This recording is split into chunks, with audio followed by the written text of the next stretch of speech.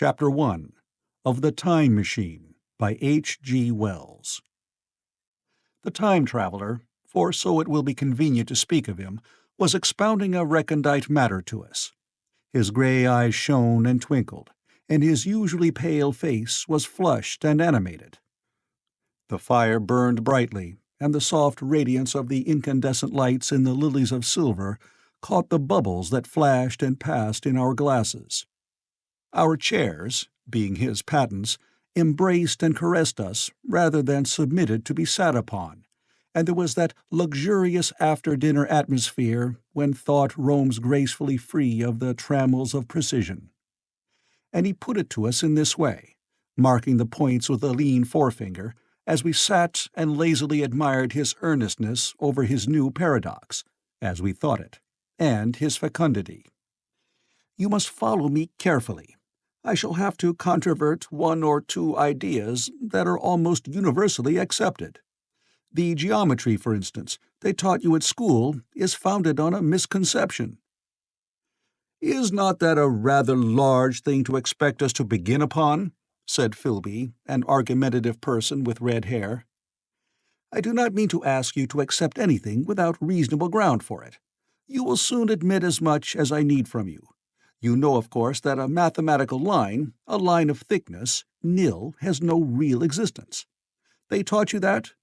Neither has a mathematical plane. These things are mere abstractions." "That is all right," said the psychologist. "Nor, having only length, breadth, and thickness, can a cube have a real existence." "There I object," said Philby. "Of course a solid body may exist, all real things, so most people think. But wait a moment.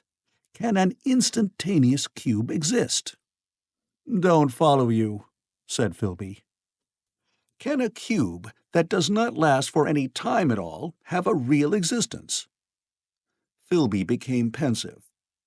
"Clearly," the time traveler proceeded, "any real body must have extension in 4 directions.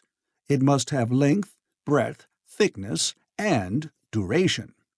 But through a natural infirmity of the flesh, which I will explain to you in a moment, we incline to overlook this fact. There are really 4 dimensions, 3 which we call the 3 planes of space, and a 4th, time. There is, however, a tendency to draw an unreal distinction between the former 3 dimensions and the latter, because it happens that our consciousness moves intermittently in one direction, along the latter from the beginning to the end of our lives." "That," said a very young man, making spasmodic efforts to relight his cigar over the lamp, "that very clear indeed." "Now, it is very remarkable that this is so extensively overlooked," continued the time traveler with a slight accession of cheerfulness. "Really, this is what is meant by the 4th dimension, though some people who talk about the 4th dimension do not know they mean it. It is only another way of looking at time. There is no difference between time and any of the 3 dimensions of space, except that our consciousness moves along it. But some foolish people have got hold of the wrong side of that idea. You have all heard what they have to say about this 4th dimension?" "I have not," said the provincial mayor. "It is simply this, that space, as our mathematicians have it, is spoken of as having 3 dimensions, which one may call length, breadth, and thickness, and is always definable by reference to 3 planes, each at right angles to the others. But some philosophical people have been asking, why 3 dimensions particularly? Why not another direction at right angles to the other 3, and have even tried to construct a 4-dimension geometry. Professor Simon Newcomb was expounding this to the New York Mathematical Society only a month or so ago. You know how on a flat surface, which has only 2 dimensions, we can represent a figure of a 3-dimensional solid, and similarly they think that by models of 3 dimensions they could represent one of 4, if they could master the perspective of the thing. See?" "I think so," murmured the provincial mayor, and knitting his brows he lapsed into an introspective state.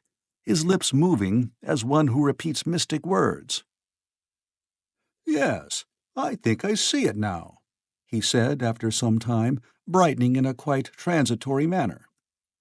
"Well, I do not mind telling you I have been at work upon this geometry of 4 dimensions for some time. Some of my results are curious. For instance, here is a portrait of a man at 8 years old, another at 15, another at 17, another at 23, and so on. All these are evidently sections, as it were, 3-dimensional representations of his 4-dimensioned being, which is a fixed and unalterable thing. Scientific people," proceeded the time traveler, after the pause required for the proper assimilation of this, "know very well that time is only a kind of space. Here is a popular scientific diagram, a weather record. This line I trace with my finger shows the movement of the barometer. Yesterday it was so high, yesterday night it fell, then this morning it rose again, and so gently upward to here. Surely the mercury did not trace this line in any of the dimensions of space generally recognized. But certainly it traced such a line, and that line, therefore, we must conclude was along the time dimension." "But," said the medical man, staring hard at a coal in the fire, "if time is really only a 4th dimension of space, why is it, and why has it always been, regarded as something different? And why cannot we move in time as we move about in the other dimensions of space?" The time traveler smiled. "Are you sure we can move freely in space? Right and left we can go, backward and forward freely enough, and men always have done so. I admit we move freely in 2 dimensions. But how about up and down? Gravitation limits us there." "Not exactly," said the medical man. "There are balloons." "But before the balloons, save for spasmodic jumping and the inequalities of the surface, man had no freedom of vertical movement." "Still, they could move a little up and down," said the medical man. "Easier, far easier down than up." "And you cannot move at all in time. You cannot get away from the present moment." "My dear sir, that is just where you are wrong. That is just where the whole world has gone wrong. We are always getting away from the present moment.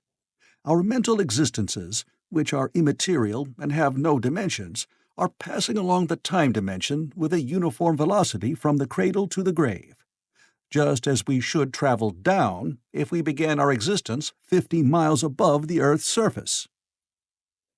"But the great difficulty is this," interrupted the psychologist. "You can move about in all directions of space, but you cannot move about in time." "That is the germ of my great discovery. But you are wrong to say that we cannot move about in time. For instance, if I am recalling an incident very vividly, I go back to the instant of its occurrence. I become absent-minded, as you say. I jump back for a moment. Of course, we have no means of staying back for any length of time, any more than a savage or an animal has of staying 6 feet above the ground. But a civilized man is better off than the savage in this respect. He can go up against gravitation in a balloon, and why should he not hope that, ultimately, he may be able to stop or accelerate his drift along the time dimension, or even turn about and travel the other way?" "Oh, this," began Philby, "is all—" "Why not?" said the time traveler. "It's against reason," said Philby. "What reason?" said the time traveler. "You can show black is white by argument," said Philby, "but you will never convince me." "Possibly not," said the time traveler. "But now you begin to see the object of my investigations into the geometry of 4 dimensions. Long ago I had a vague inkling of a machine." "To travel through time!" exclaimed the very young man. "That shall travel indifferently in any direction of space and time, as the driver determines." Philby contented himself with laughter. "But I have experimental verification," said the time traveler. It would be remarkably convenient for the historian, the psychologist suggested. One might travel back and verify the accepted account of the Battle of Hastings, for instance. "Don't you think you would attract attention?" said the medical man. "Our ancestors had no great tolerance for anachronisms." "One might get one's Greek from the very lips of Homer and Plato," the very young man thought. "In which case they would certainly plough you for the little go. The German scholars have improved Greek so much." "Then there is the future," said the very young man. "Just think, one might invest all one's money, leave it to accumulate at interest, and hurry on ahead." "To discover a society," said I, "erected on a strictly communistic basis." "Of all the wild, extravagant theories," began the psychologist. "Yes, so it seemed to me, and so I never talked of it until—" "Experimental verification!" cried I. "You were going to verify that?" "The experiment!" cried Philby, who was getting brain-weary. "Let us see your experiment, anyhow," said the psychologist, "though it's all humbug, you know." The time-traveler smiled round at us. Then, still smiling faintly, and with his hands deep in his trousers pockets, he walked slowly out of the room, and we heard his slippers shuffling down the long passage to his laboratory. The psychologist looked at us.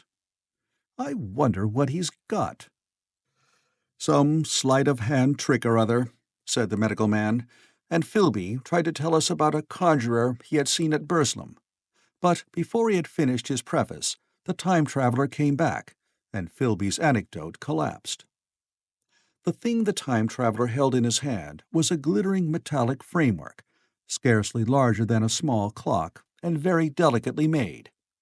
There was ivory in it, and some transparent crystalline substance.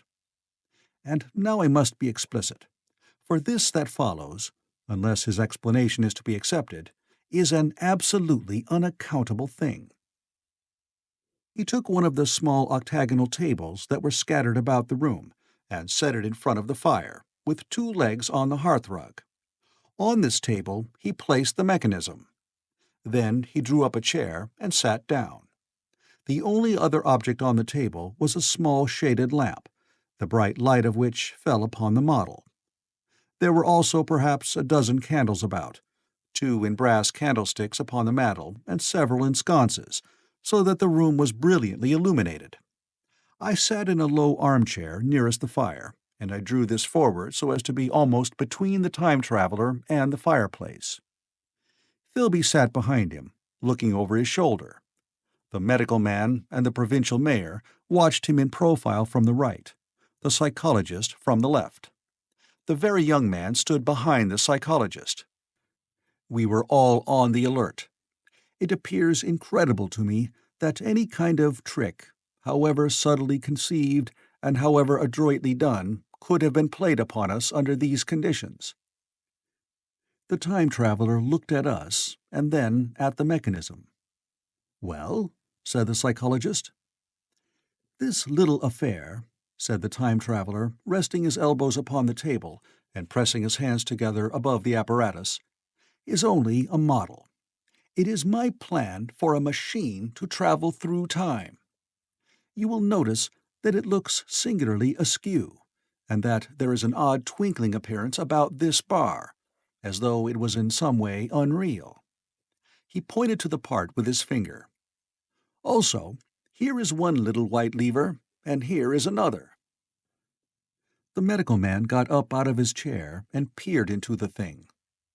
"It's beautifully made," he said. "It took 2 years to make," retorted the time-traveler. Then, when we had all imitated the action of the medical man, he said, "Now, I want you clearly to understand that this lever, being pressed over, sends the machine gliding into the future, and this other reverses the motion. This saddle represents the seat of a time-traveler. Presently, I am going to press the lever, and off the machine will go. It will vanish, pass into future time, and disappear. Have a good look at the thing.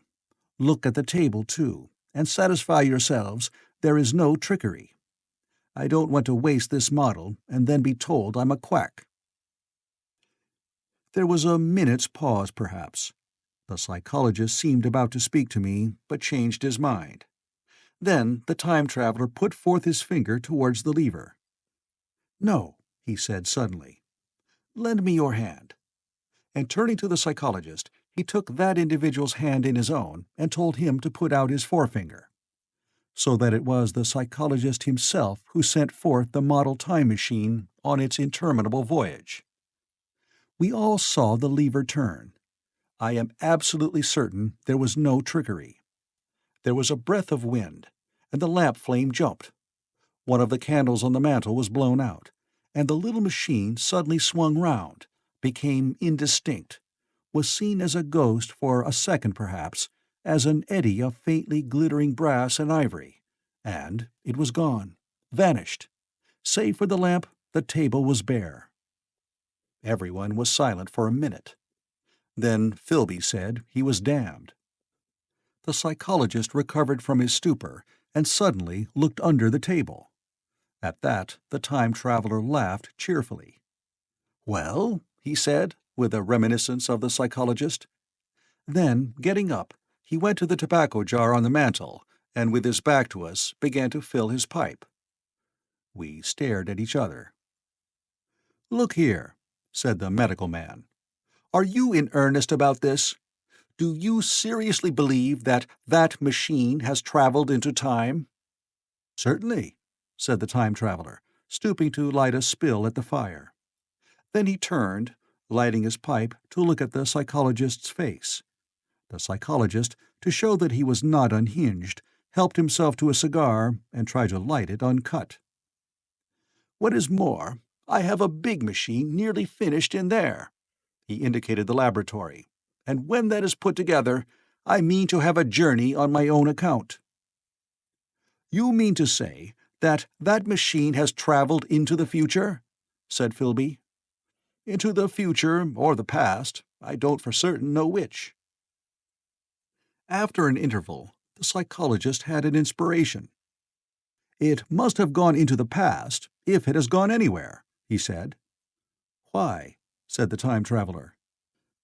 "Because I presume that it has not moved in space, and if it traveled into the future, it would still be here all this time, since it must have traveled through this time." "But," I said, "if it traveled into the past, it would have been visible when we came first into this room, and last Thursday, when we were here, and the Thursday before that, and so forth." "Serious objections," remarked the provincial mayor, with an air of impartiality, turning towards the time traveler. "Not a bit," said the time traveler, and to the psychologist, "You think you can explain that. It's presentation below the threshold, you know, diluted presentation." "Of course," said the psychologist, and reassured us. "That's a simple point of psychology. I should have thought of it. It's plain enough and helps the paradox delightfully. We cannot see it, nor can we appreciate this machine any more than we can the spoke of a wheel spinning, or a bullet flying through the air. If it is traveling through time 50 times or 100 times faster than we are, if it gets through a minute while we get through a second, the impression it creates will, of course, be only 1/50th or 1/100th of what it would make if it were not traveling in time. That's plain enough." He passed his hand through the space in which the machine had been. "You see?" he said, laughing. We sat and stared at the vacant table for a minute or so. Then the time traveler asked us what we thought of it all. "It sounds plausible enough tonight," said the medical man. "But wait until tomorrow. Wait for the common sense of the morning."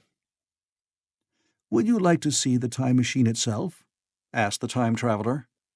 And therewith, taking the lamp in his hand, he led the way down the long, draughty corridor to his laboratory. I remember vividly the flickering light, his queer, broad head in silhouette, the dance of the shadows, how we all followed him, puzzled but incredulous, and how, there in the laboratory, we beheld a larger edition of the little mechanism which we had seen vanish from before our eyes. Parts were of nickel, parts of ivory. Parts had certainly been filed or sawn out of rock crystal. The thing was generally complete, but the twisted crystalline bars lay unfinished upon the bench beside some sheets of drawings, and I took one up for a better look at it. Quartz it seemed to be. "Look here," said the medical man. "Are you perfectly serious? Or is this a trick, like that ghost you showed us last Christmas?" "Upon that machine," said the time traveler, holding the lamp aloft, "I intend to explore time. Is that plain? I was never more serious in my life." None of us quite knew how to take it. I caught Philby's eye over the shoulder of the medical man, and he winked at me solemnly. Chapter 2. I think that at the time none of us quite believed in the time machine. The fact is, the time traveler was one of those men who are too clever to be believed. You never felt that you saw all round him. You always suspected some subtle reserve, some ingenuity in ambush, behind his lucid frankness. Had Philby shown the model and explained the matter in the time traveler's words, we should have shown him far less skepticism, for we should have perceived his motives. A pork butcher could understand Philby, but the time traveler had more than a touch of whim among his elements, and we distrusted him. Things that would have made the frame of a less clever man seemed tricks in his hands. It is a mistake to do things too easily. The serious people who took him seriously never felt quite sure of his deportment.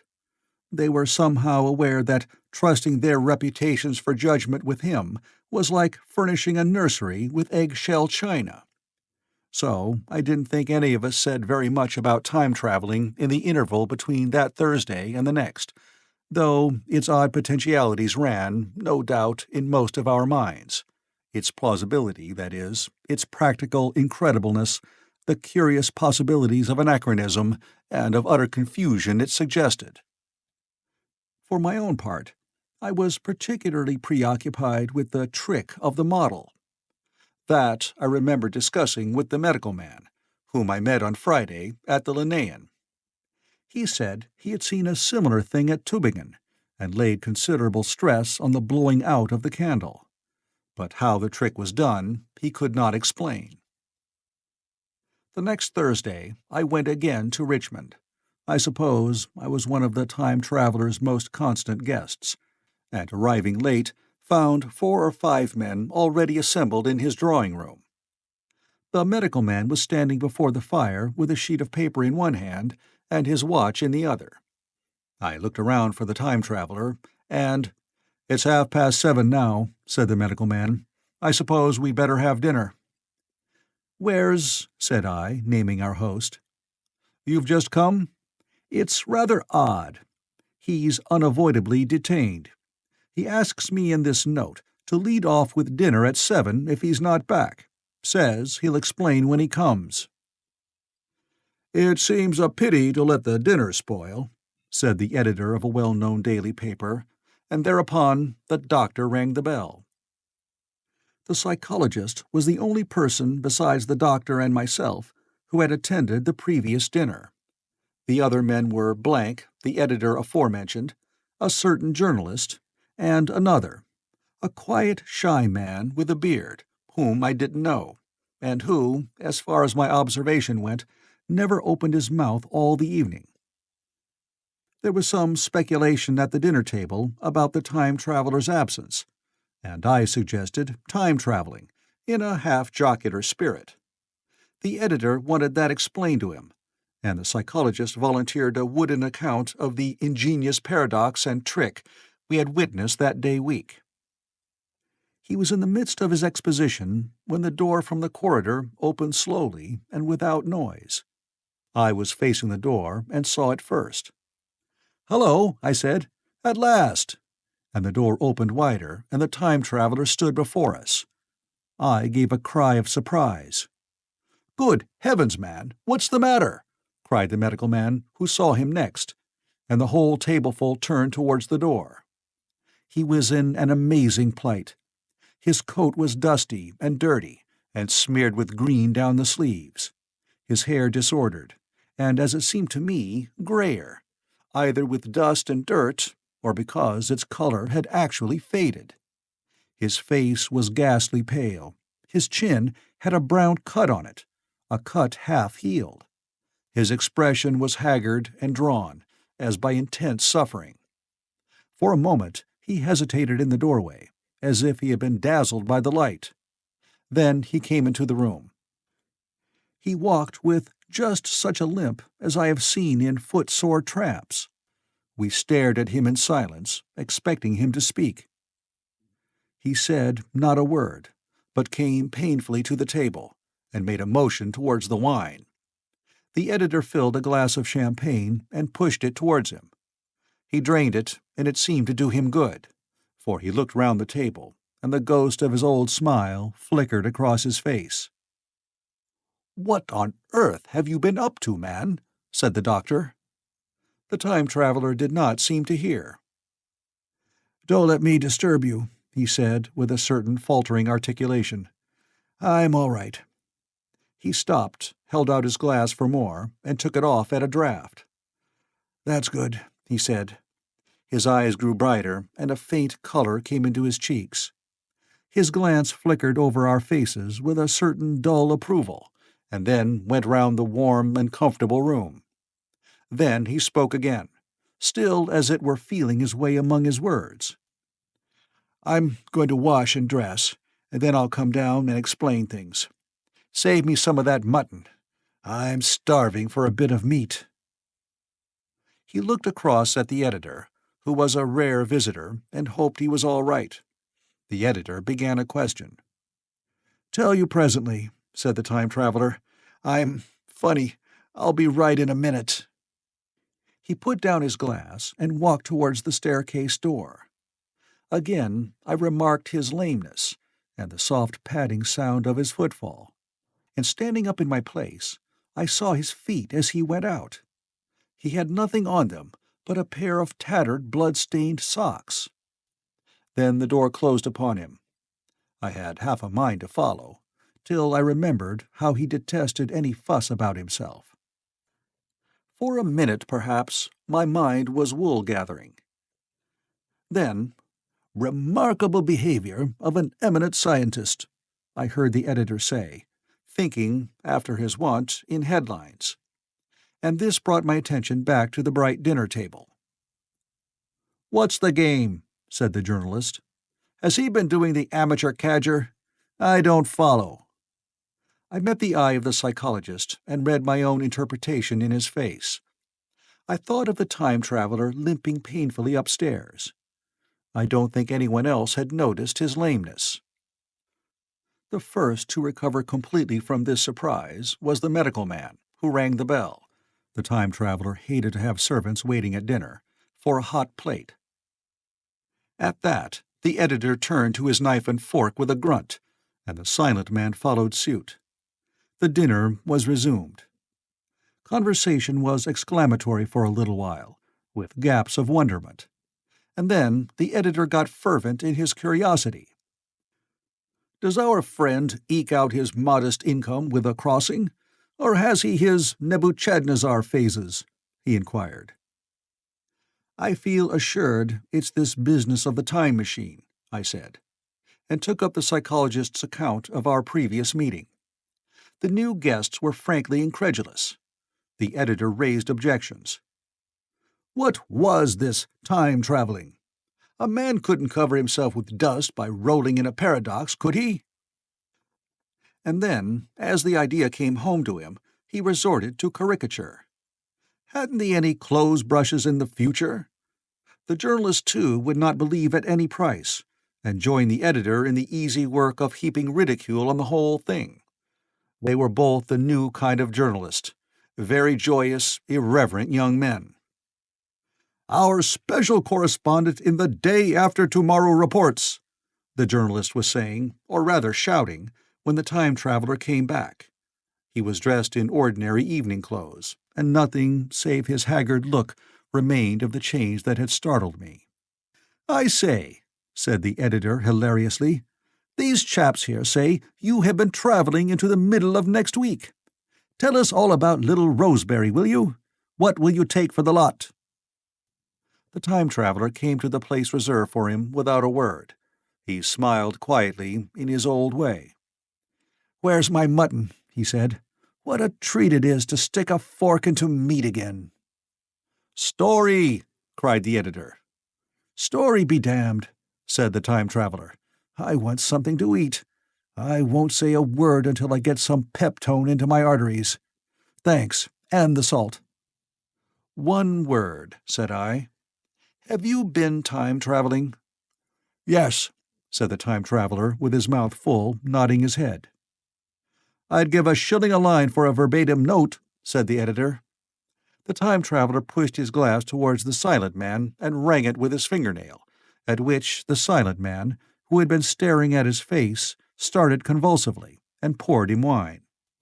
The rest of the dinner was uncomfortable. For my own part, sudden questions kept rising to my lips, and I dare say it was the same with the others. The journalist tried to relieve the tension by telling anecdotes of Hetty Potter. The time-traveler devoted his attention to his dinner, and displayed the appetite of a tramp. The medical man smoked a cigarette, and watched the time-traveler through his eyelashes. The silent man seemed even more clumsy than usual, and drank champagne with regularity and determination out of sheer nervousness. At last the time-traveler pushed his plate away and looked round us. "I suppose I must apologize," he said. "I was simply starving. I've had a most amazing time." He reached out his hand for a cigar and cut the end. "But come into the smoking room. It's too long a story to tell over greasy plates." And ringing the bell in passing, he led the way into the adjoining room. "You have told Blank and Dash and Chose about the machine?" he said to me, leaning back in his easy-chair and naming the 3 new guests. "But the thing's a mere paradox," said the editor. "I can't argue tonight. I don't mind telling you the story, but I can't argue. I will," he went on, "tell you the story of what has happened to me, if you like, but you must refrain from interruptions. I want to tell it, badly. Most of it will sound like lying. So be it. It's true, every word of it, all the same. I was in my laboratory at 4 o'clock, and since then I've lived 8 days, such days as no human being ever lived before. I'm nearly worn out, but I shan't sleep till I've told this thing over to you. Then I shall go to bed. But no interruptions. Is it agreed?" "Agreed," said the editor, and the rest of us echoed, "Agreed." And with that, the time-traveler began his story as I've set it forth. He sat back in his chair at first, and spoke like a weary man. Afterwards, he got more animated. In writing it down, I feel with only too much keenness the inadequacy of pen and ink, and above all, my own inadequacy to express its quality. You read, I will suppose, attentively enough, but you cannot see the speaker's white, sincere face in the bright circle of the little lamp, nor hear the intonation of his voice. You cannot know how his expression followed the turns of his story. Most of us hearers were in shadow, for the candles in the smoking room had not been lighted, and only the face of the journalist and the legs of the silent man from the knees downward were illuminated. At first we glanced now and again at each other. After a time we ceased to do that, and looked only at the time-traveler's face. Chapter 3. I told some of you last Thursday of the principles of the time machine, and showed you the actual thing itself, incomplete in the workshop. There it is now, a little travel-worn truly, and one of the ivory bars is cracked and a brass rail bent, but the rest of it's sound enough. I expected to finish it on Friday, but on Friday, when the putting together was nearly done, I found that one of the nickel bars was exactly 1 inch too short, and this I had to get remade, so that the thing was not complete until this morning. It was at 10 o'clock today that the first of all time machines began its career. I gave it a last tap, tried all the screws again, put one more drop of oil on the quartz rod, and sat myself in the saddle. I suppose a suicide who holds a pistol to his skull feels much the same wonder at what will come next as I felt then. I took the starting lever in one hand and the stopping one in the other, pressed the first, and almost immediately the second. I seemed to reel. I felt a nightmare sensation of falling, and looking around, I saw the laboratory exactly as before. Had anything happened? For a moment, I suspected that my intellect had tricked me. Then I noted the clock. A moment before, as it seemed, it had stood at a minute or so past 10. Now it was nearly 3:30. I drew a breath, set my teeth, gripped the starting lever with both hands, and went off with a thud. The laboratory got hazy and went dark. Mrs. Watchett came in and walked, apparently without seeing me, towards the garden door.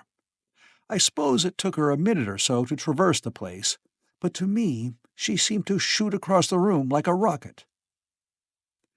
I pressed the lever over to its extreme position. The night came like the turning out of a lamp, and in another moment came tomorrow. The laboratory grew faint and hazy, then fainter and even fainter. Tomorrow night came black, then day again, night again, day again, faster and faster still. An eddying murmur filled my ears, and a strange, dumb confusedness descended on my mind. I am afraid I cannot convey the peculiar sensations of time traveling. They are excessively unpleasant. There is a feeling exactly like that one has upon a switchback, of a helpless, headlong motion. I felt the same horrible anticipation, too, of an imminent smash. As I put on pace, night followed day like the flapping of a black wing. The dim suggestion of the laboratory seemed presently to fall away from me, and I saw the sun hopping swiftly across the sky, leaping it every minute, and every minute marking a day. I suppose the laboratory had been destroyed, and I had come into the open air. I had a dim impression of scaffolding, but I was already going too fast to be conscious of any moving things. The slowest snail that ever crawled dashed by too fast for me. The twinkling succession of darkness and light was excessively painful to the eye. Then, in the intermittent darknesses, I saw the moon spinning swiftly through her quarters from new to full, and had a faint glimpse of the circling stars. Presently, as I went on, still gaining velocity, the palpitation of night and day merged into one continuous grayness. The sky took on a wonderful deepness of blue, a splendid, luminous color, like that of early twilight. The jerking sun became a streak of fire, a brilliant arch in space, the moon a fainter, fluctuating band, and I could see nothing of the stars, save now and then a brighter circle flickering in the blue. The landscape was misty and vague. I was still on the hillside upon which this house now stands, and the shoulder rose above me gray and dim. I saw trees growing and changing like puffs of vapor, now brown, now green. They grew, spread, shivered, and passed away. I saw huge buildings rise up, faint and fair, and pass like dreams. The whole surface of the earth seemed changed, melting and flowing under my eyes. The little hands upon the dials that registered my speed raced round faster and faster. Presently, I noted that the sun-belt swayed up and down, from solstice to solstice, in a minute or less, and that consequently my pace was over a year a minute, and minute by minute the white snow flashed across the world and vanished, and was followed by the bright, brief green of spring. The unpleasant sensations of the start were less poignant now. They merged at last into a kind of hysterical exhilaration. I remarked, indeed, a clumsy swaying of the machine, for which I was unable to account. But my mind was too confused to attend to it, so, with a kind of madness growing upon me, I flung myself into futurity.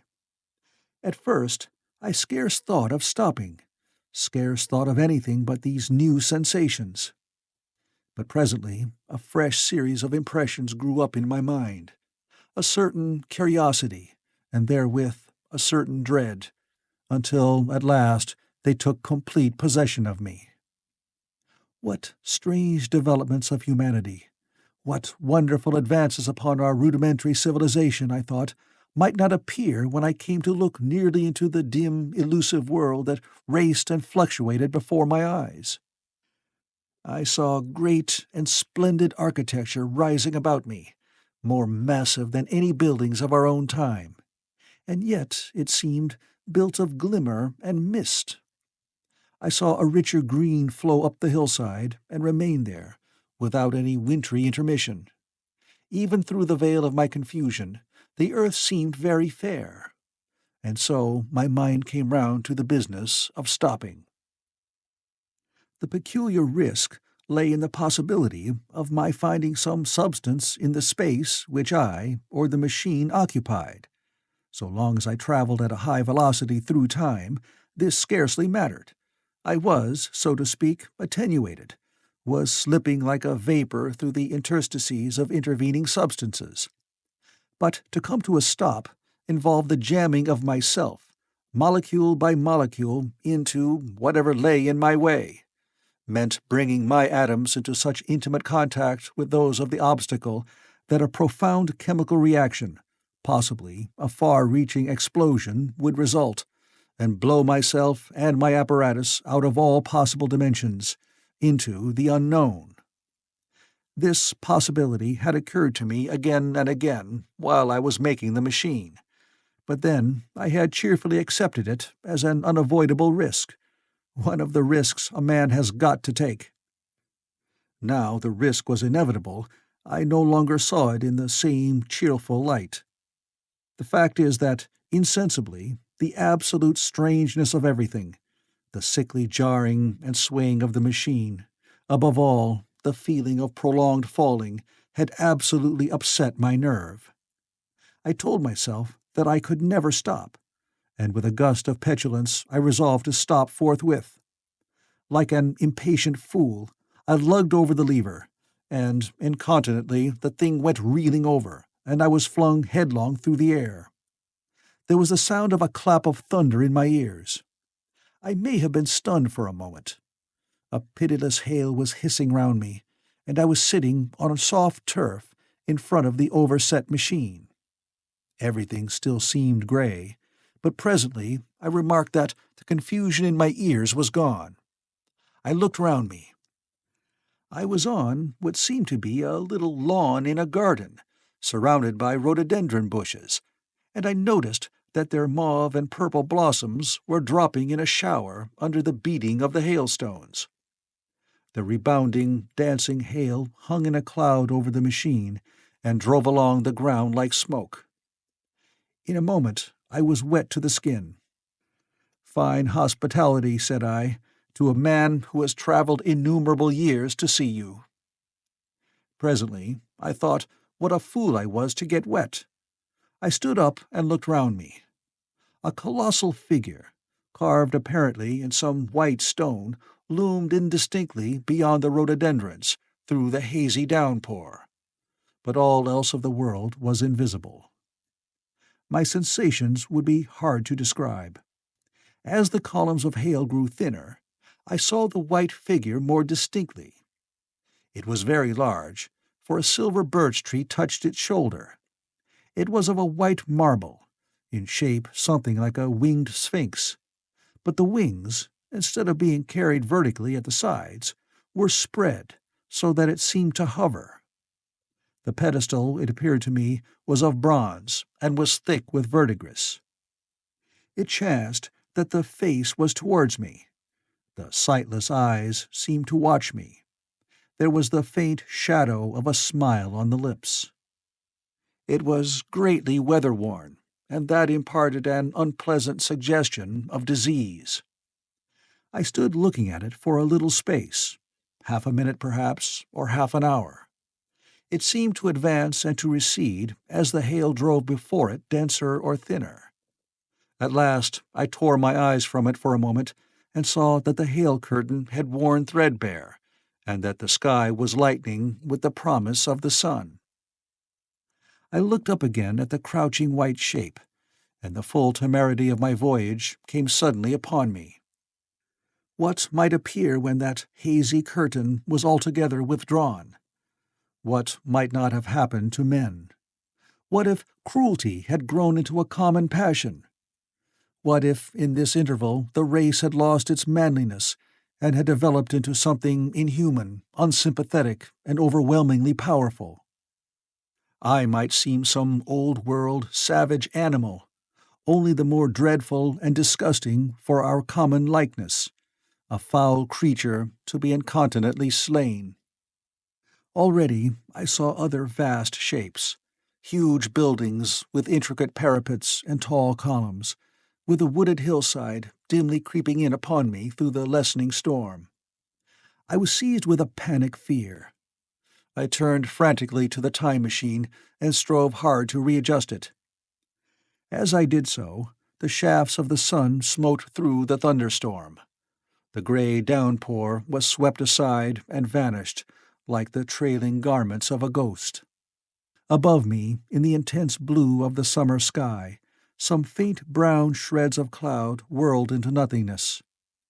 The great buildings about me stood out clear and distinct, shining with the wet of the thunderstorm, and picked out in white by the unmelted hailstones piled along their courses.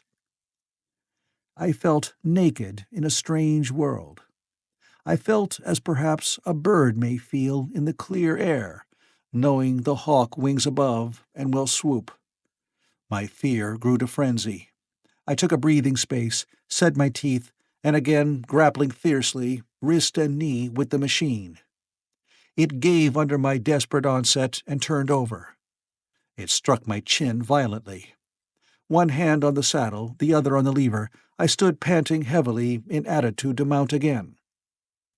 But with this recovery of a prompt retreat, my courage recovered. I looked more curiously and less fearfully at this world of the remote future.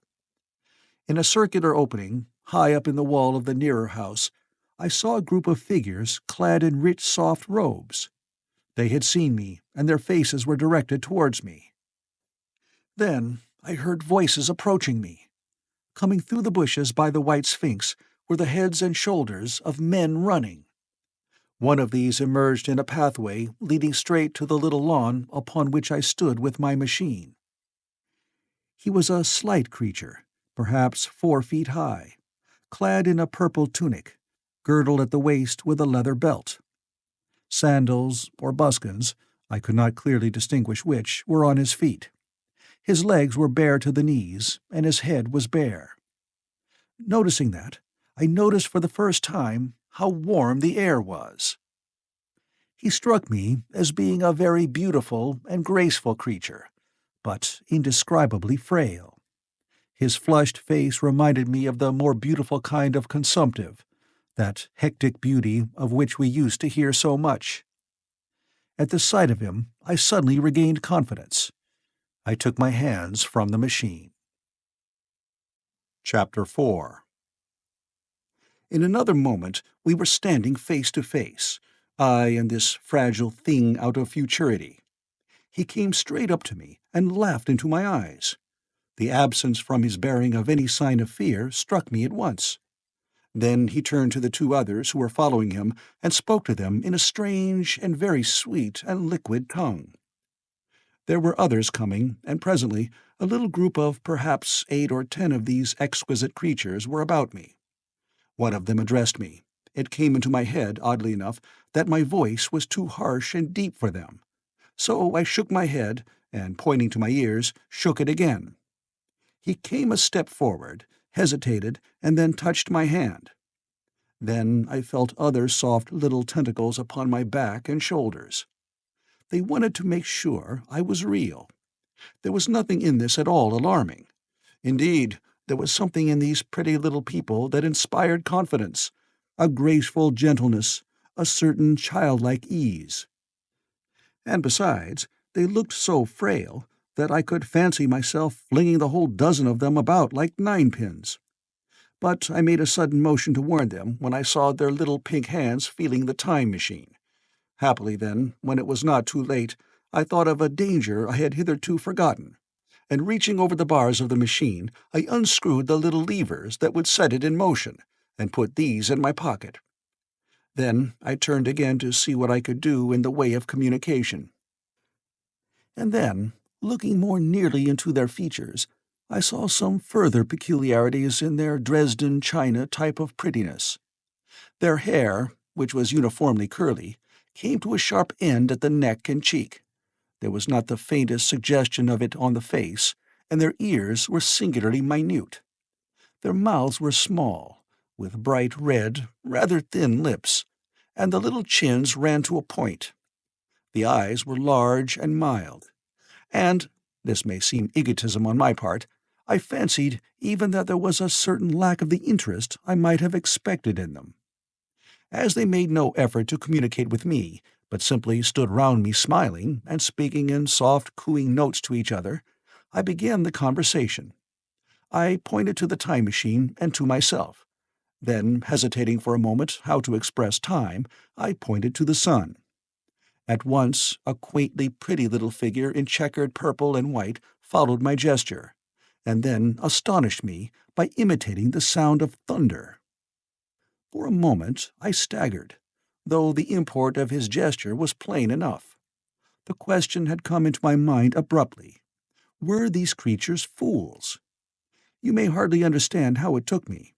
You see, I had always anticipated that the people of the year 800 and 2000 odd would be incredibly in front of us in knowledge, art, everything.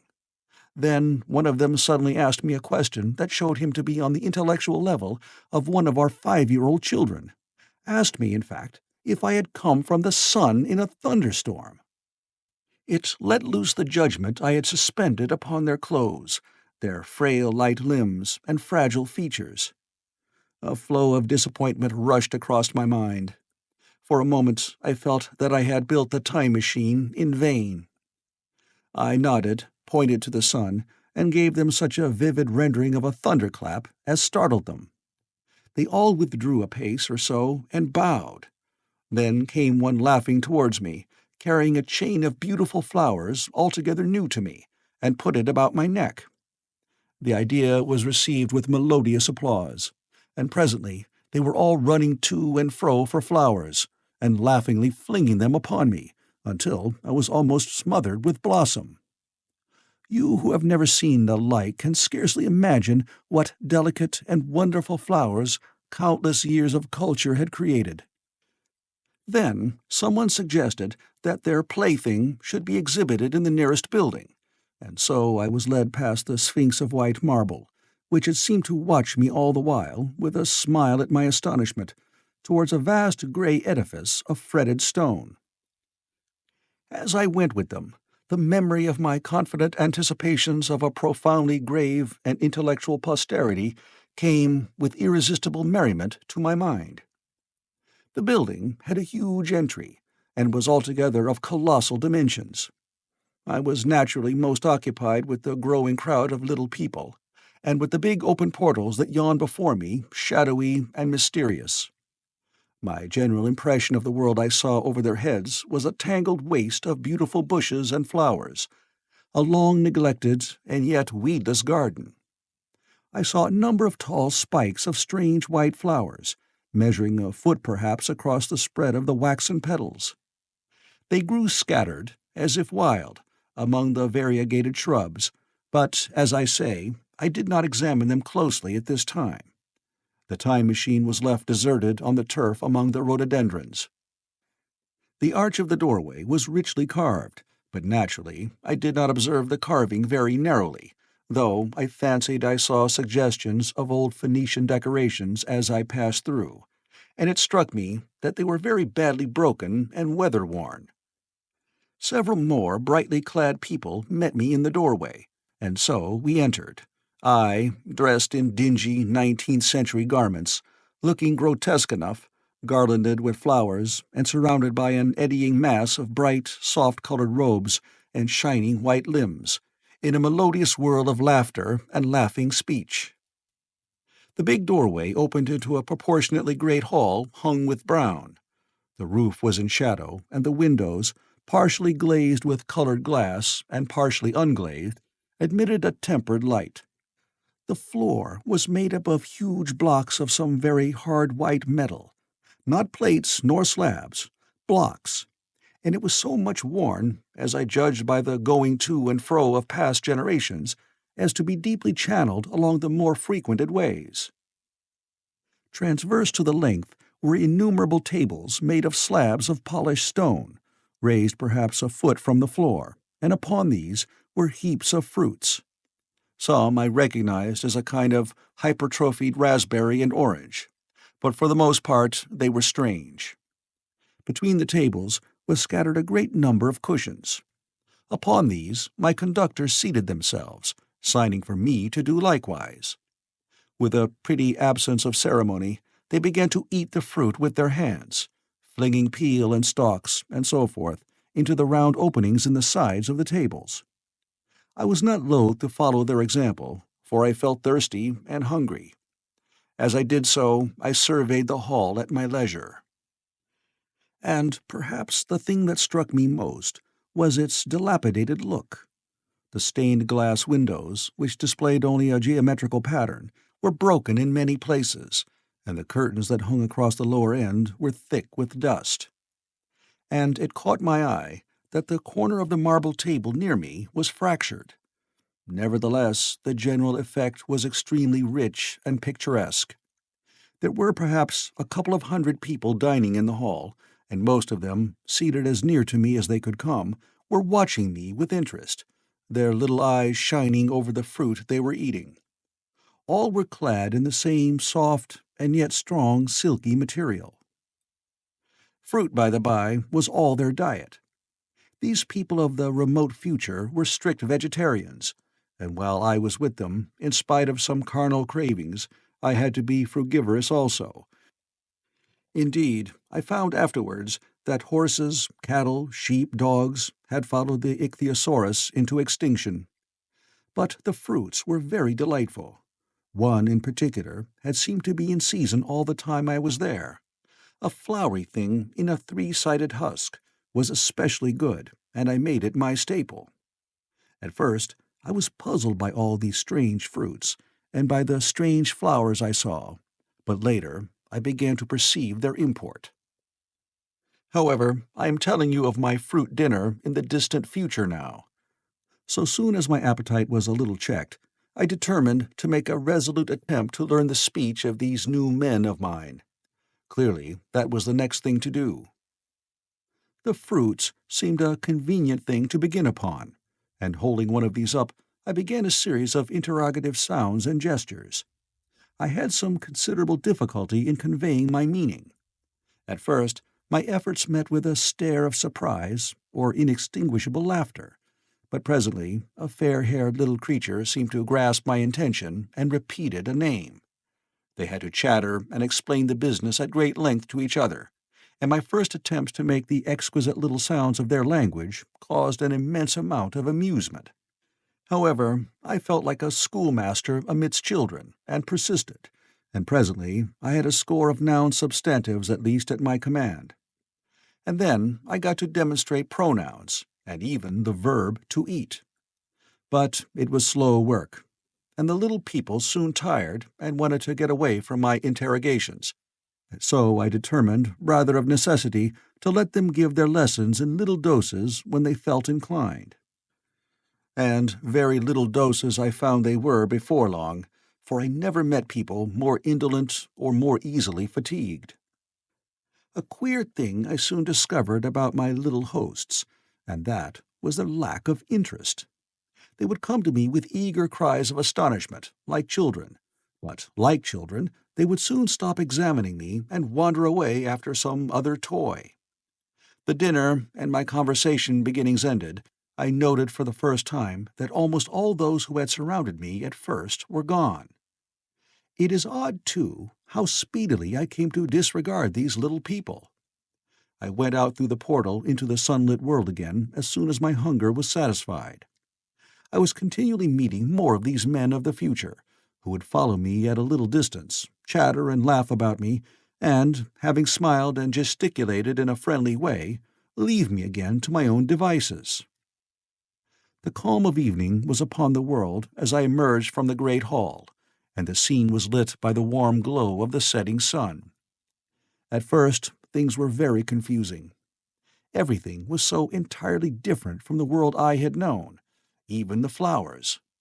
The big building I had left was situated on the slope of a broad river valley, but the Thames had shifted perhaps a mile from its present position. I resolved to mount to the summit of a crest perhaps a mile and a half away, from which I could get a wider view of this our planet in the year 802,701 A.D.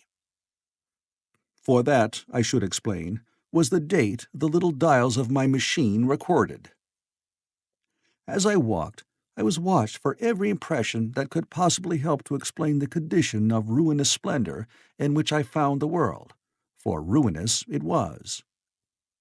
A little way up the hill, for instance, was a great heap of granite, bound together by masses of aluminium, a vast labyrinth of precipitous walls and crumpled heaps, amidst which were thick heaps of very beautiful pagoda-like plants, nettles possibly, but wonderfully tinted with brown about the leaves, and incapable of stinging. It was, evidently, the derelict remains of some vast structure. To what end built, I could not determine. It was here that I was destined, at a later date, to have a very strange experience, the first intimation of a still stranger discovery, but of that I will speak in its proper place. Looking round with a sudden thought, from a terrace on which I rested for a while, I realized that there were no small houses to be seen. Apparently, the single house, and possibly even the household, had vanished. Here and there among the greenery were palace-like buildings, but the house and the cottage, which form such characteristic features of our own English landscape, had disappeared. Communism, said I to myself. And on the heels of that came another thought. I looked at the half-dozen little figures that were following me. Then, in a flash, I perceived that all had the same form of costume, the same soft, hairless visage, and the same girlish rotundity of limb. It may seem strange, perhaps, that I had not noticed this before, but everything was so strange. Now I saw the fact plainly enough. In costume, and in all the differences of texture and bearing that now mark off the sexes from each other, these people of the future were alike, and the children seemed to my eyes to be but the miniatures of their parents. I judged then that the children of that time were extremely precocious, physically at least, and I found afterwards abundant verification of my opinion. Seeing the ease and security in which these people were living, I felt that this close resemblance of the sexes was, after all, what one would expect, for the strength of a man and the softness of a woman, the institution of the family, and the differentiation of occupations are mere militant necessities of an age of physical force. Where population is balanced and abundant, much childbearing becomes an evil rather than a blessing to the state. Where violence comes but rarely and offspring are secure, there is less necessity, indeed there is no necessity, for an efficient family, and the specialization of the sexes with reference to their children's needs disappears. We see some beginnings of this even in our own time, and in this future age it was complete. This, I must remind you, was my speculation at the time. Later, I was to appreciate how far it fell short of the reality. While I was musing upon these things, my attention was attracted by a pretty little structure, like a well under a cupola. I thought in a transitory way of the oddness of wells still existing, and then resumed the thread of my speculations. There were no large buildings towards the top of the hill, and as my walking powers were evidently miraculous, I was presently left alone for the first time. With a strange sense of freedom and adventure, I pushed on up to the crest. There I found a seat of some yellow metal that I did not recognize, corroded in places with a kind of pinkish rust, and half smothered in soft moss. The armrests cast and filed into the resemblance of griffins' heads. I sat down on it, and I surveyed the broad view of our old world under the sunset of that long day. It was as sweet and fair a view as I have ever seen. The sun had already gone below the horizon, and the west was flaming gold, touched with some horizontal bars of purple and crimson. Below was the valley of the Thames, in which the river lay like a band of burnished steel. I have already spoken of the great palaces dotted about among the variegated greenery, some in ruins and some still occupied. Here and there rose a white or silvery figure in the waste garden of the earth. Here and there came the sharp vertical line of some cupola or obelisk. There were no hedges, no signs of proprietary rights, no evidences of agriculture. The whole earth had become a garden. So watching, I began to put my interpretation upon the things I had seen, and as it shaped itself to me that evening, my interpretation was something in this way. Afterwards, I found I had got only a half-truth, or only a glimpse of one facet of the truth. It seemed to me that I had happened upon humanity upon the wane. The ruddy sunset set me thinking of the sunset of mankind. For the first time, I began to realize an odd consequence of the social effort in which we are at present engaged. And yet, come to think, it is a logical consequence enough. Strength is the outcome of need. Security sets a premium on feebleness. The work of ameliorating the conditions of life, the true civilizing process that makes life more and more secure, had gone steadily on to a climax. One triumph of a united humanity over nature had followed another. Things that are now mere dreams had become projects deliberately put in hand and carried forward. And the harvest was what I saw. After all, the sanitation and the agriculture of today are still in the rudimentary stage. The science of our time has attacked but a little department of the field of human disease, but even so, it spreads its operations very steadily and persistently. Our agriculture and horticulture destroy a weed just here and there, and cultivate perhaps a score or so of wholesome plants, leaving the greater number to fight out a balance as they can. We improve our favorite plants and animals, and how few they are, gradually by selective breeding. Now a new and better peach, now a seedless grape, now a sweeter and larger flower, now a more convenient breed of cattle. We improve them gradually, because our ideals are vague and tentative, and our knowledge is very limited. Because nature too is shy and slow in our clumsy hands. Some day all this will be better organized and still better. That is the drift of the current in spite of the eddies. The whole world will be intelligent, educated, and cooperating. Things will move faster and faster towards the subjugation of nature. In the end, wisely and carefully, we shall readjust the balance of animal and vegetable to suit our human needs. This adjustment, I say, must have been done, and done well, done indeed for all time, in the space of time across which my machine had leaped. The air was free from gnats, the earth from weeds or fungi. Everywhere were fruits and sweet and delightful flowers. Brilliant butterflies flew hither and thither. The ideal of preventive medicine was attained. Diseases had been stamped out. I saw no evidence of any contagious diseases during all my stay.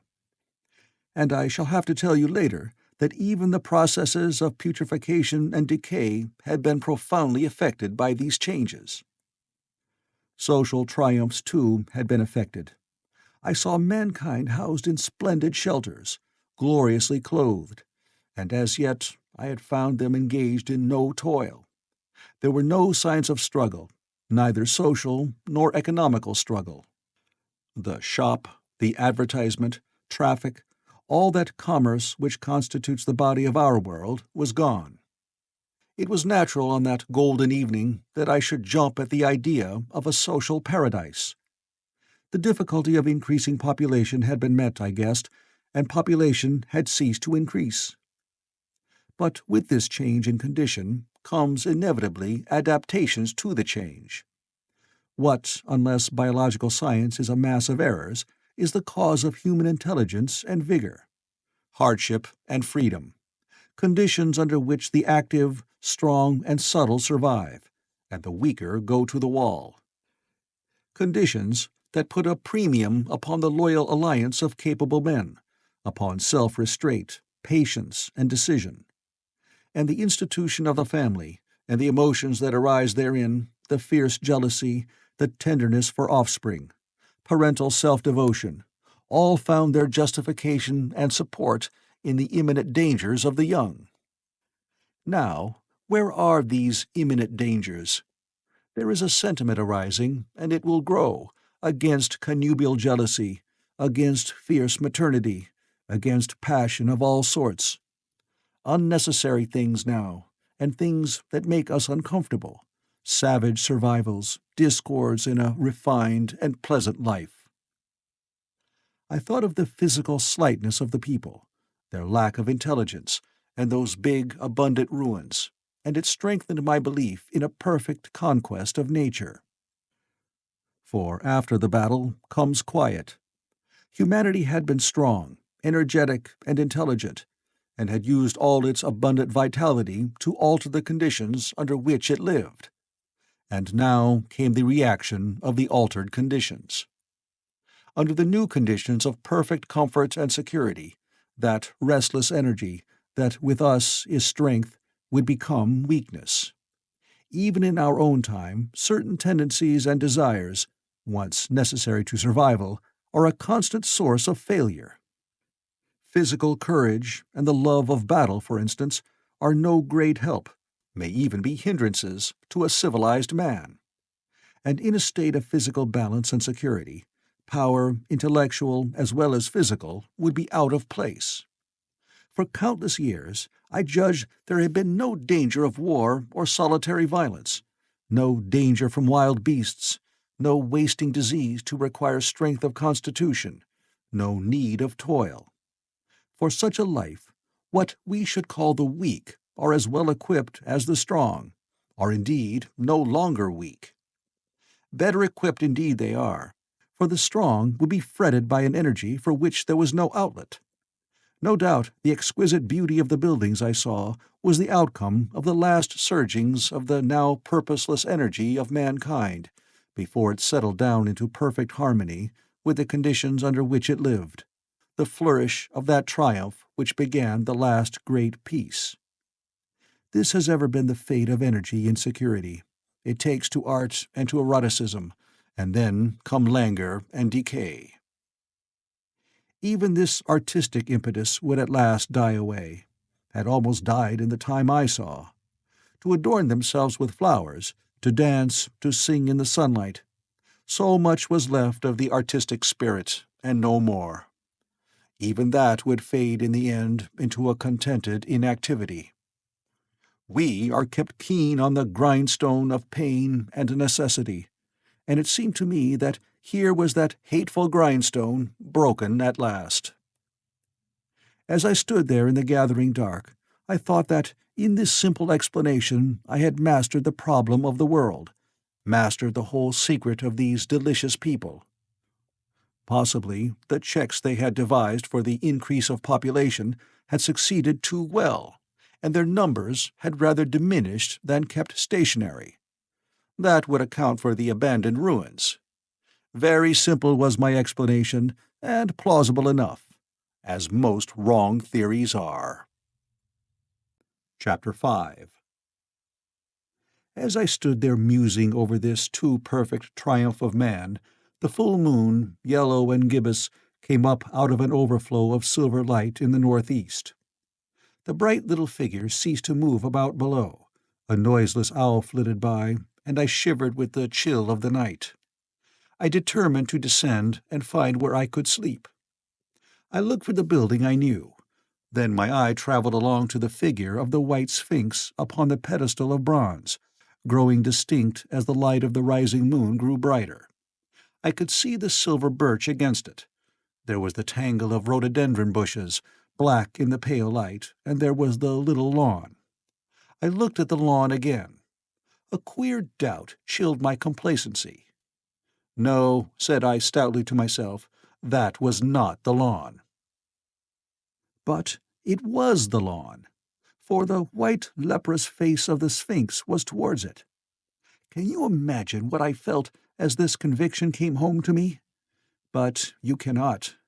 The time machine was gone.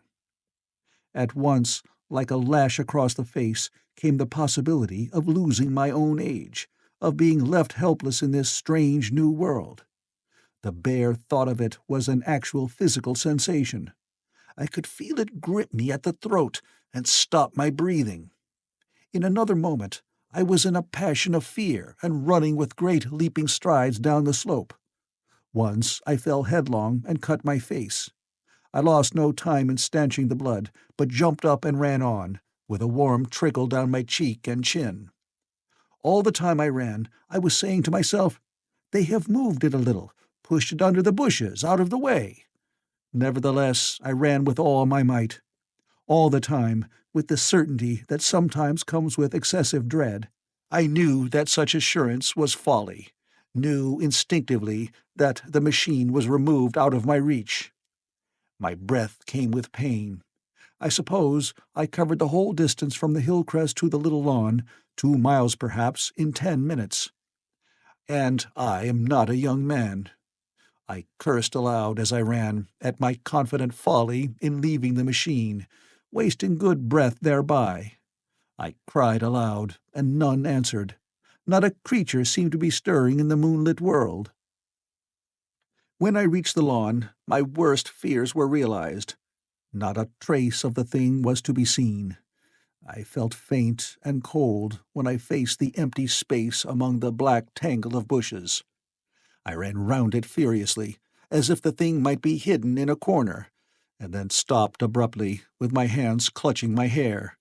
Above me towered the Sphinx, upon the bronze pedestal, white, shining, leprous in the light of the rising moon. It seemed to smile in mockery of my dismay. I might have consoled myself by imagining the little people had put the mechanism in some shelter for me, had I not felt assured of their physical and intellectual inadequacy. That is what dismayed me, the sense of some hitherto unsuspected power, through whose intervention my invention had vanished. Yet, for one thing, I felt assured. Unless some other age had produced its exact duplicate, the machine could not have moved in time. The attachment of the levers, I will show you the method later, prevented anyone from tampering with it in that way when they were removed. It had moved and was hid only in space. But then, where could it be? I think I must have had a kind of frenzy. I remember running violently in and out among the moonlit bushes all round the Sphinx, and startling some white animal that in the dim light I took for a small deer. I remember, too, late that night, beating the bushes with my clenched fist until my knuckles were gashed and bleeding from the broken twigs. Then, sobbing and raving in my anguish of mind, I went down to the great building of stone. The big hall was dark, silent, and deserted. I slipped on the uneven floor and fell over one of the malachite tables, almost breaking my shin. I lit a match and went on past the dusty curtains of which I have told you. Then I found a second great hall covered with cushions, upon which, perhaps, a score or so of the little people were sleeping. I have no doubt they found my second appearance strange enough, coming suddenly out of the quiet darkness with inarticulate noises and the splutter and flare of a match. For they had forgotten about matches. "Where is my time machine?" I began, bawling like an angry child, laying hands upon them and shaking them up together. I must have been very queer to them. Some laughed. Most of them looked sorely frightened. When I saw them standing round me, it came into my head that I was doing as foolish a thing as it was possible for me to do under the circumstances, in trying to revive the sensation of fear. For, reasoning from their daylight behavior, I thought that fear must be forgotten. Abruptly, I dashed down the match, and knocking one of the people over in my course, went blundering across the big dining hall again, out under the moonlight. I heard cries of terror, and their little feet running and stumbling this way and that. I do not remember all I did as the moon crept up the sky. I suppose it was the unexpected nature of my loss that maddened me. I felt hopelessly cut off from my own kind, a strange animal in an unknown world. I must have raved to and fro, screaming and crying upon God and fate. I have a memory of horrible fatigue as the long night of despair wore away, of looking in this impossible place and that, of groping among moonlit ruins and touching strange creatures in the black shadows, at last of lying on the ground near the Sphinx and weeping with absolute wretchedness. I had nothing left but misery. Then I slept, and when I woke again it was full day, and a couple of sparrows were hopping round me on the turf within reach of my arm. I sat up in the freshness of the morning, trying to remember how I had got there, and why I had such a profound sense of desertion and despair. Then things came clear in my mind. With the plain, reasonable daylight, I could look my circumstances fairly in the face. I saw the wild folly of my frenzy overnight, and I could reason with myself. Suppose the worst, I said. Suppose the machine altogether lost, perhaps destroyed. It behooves me to be calm and patient, to learn the way of the people, to get a clear idea of the method of my loss, and the means of getting materials and tools, so that in the end, perhaps, I may make another. That would be my only hope, perhaps, but better than despair. And, after all, it was a beautiful and curious world. But probably the machine had only been taken away. Still, I must be calm and patient, find its hiding place, and recover it by force or cunning. And with that, I scrambled to my feet and looked about me, wondering where I could bathe. I felt weary, stiff, and travel-soiled. The freshness of the morning made me desire an equal freshness. I had exhausted my emotion. Indeed, as I went about my business, I found myself wondering at my intense excitement overnight. I made a careful examination of the ground about the little lawn. I wasted some time in futile questionings, conveyed, as well as I was able, to such of the little people as came by. They all failed to understand my gestures. Some were simply stolid, some thought it was a jest and laughed at me. I had the hardest task in the world to keep my hands off their pretty, laughing faces. It was a foolish impulse, but the devil begotten of fear and blind anger was ill-curbed and still eager to take advantage of my perplexity. The turf gave better counsel. I found a groove ripped in it, about midway between the pedestal of the Sphinx and the marks of my feet, where on arrival I had struggled with the overturned machine. There were other signs of removal about, with queer, narrow footprints, like those I could imagine made by a sloth. This directed my closer attention to the pedestal. It was, as I think I have said, of bronze. It was not a mere block, but highly decorated with deep-framed panels on either side. I went and rapped at these. The pedestal was hollow. Examining the panels with care, I found them discontinuous with the frames. There were no handles or keyholes, but possibly the panels, if they were doors, as I supposed, opened from within. One thing was clear enough to my mind. It took no very great mental effort to infer that my time machine was inside that pedestal. But how it got there was a different problem. I saw the heads of two orange-clad people coming through the bushes and under some blossom-covered apple trees towards me. I turned smiling to them and beckoned them to me. They came, and then, pointing to the bronze pedestal, I tried to intimate my wish to open it. But at my first gesture towards this, they behaved very oddly. I don't know how to convey their expression to you. Suppose you were to use a grossly improper gesture to a delicate-minded woman. It is how she would look. They went off as if they had received the last possible insult. I tried a sweet-looking little chap in white next, with exactly the same result. Somehow, his manner made me feel ashamed of myself. But, as you know, I wanted the time machine, and I tried him once more. As he turned off, like the others, my temper got the better of me. In 3 strides I was after him, had him by the loose part of his robe round the neck, and began dragging him towards the Sphinx. Then I saw the horror and repugnance of his face, and all of a sudden I let him go. But I was not beaten yet. I banged with my fist at the bronze panels. I thought I heard something stir inside. To be explicit, I thought I heard a sound like a chuckle, but I must have been mistaken. Then I got a big pebble from the river, and came and hammered till I had flattened a coil in the decorations, and the verdigris came off in powdery flakes.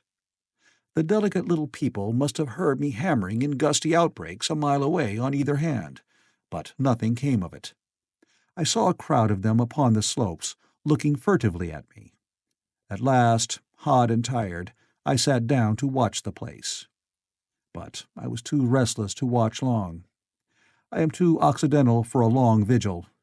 I could work at a problem for years, but to wait inactive for 24 hours, that is another matter.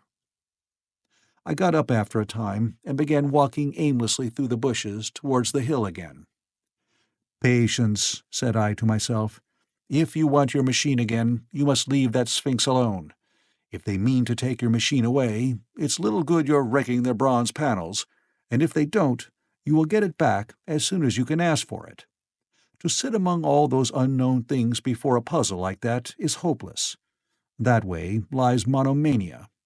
Face this world, learn its ways, watch it, be careful of too hasty guesses at its meaning. In the end, you will find clues to it all."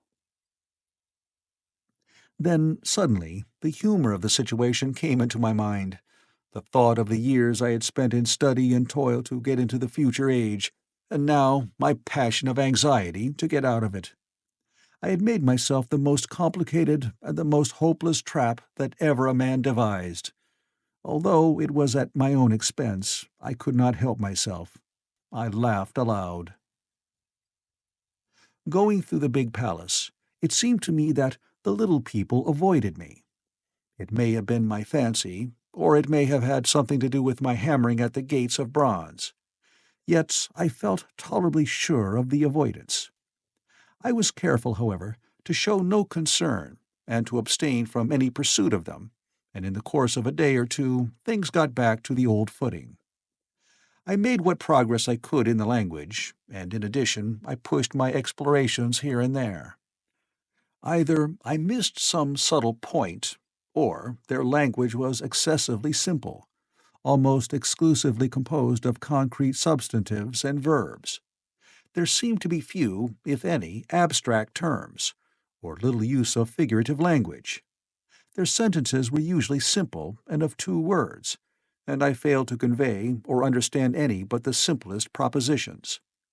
I determined to put the thought of my time machine and the mystery of the bronze doors under the Sphinx as much as possible in a corner of memory, until my growing knowledge would lead me back to them in a natural way.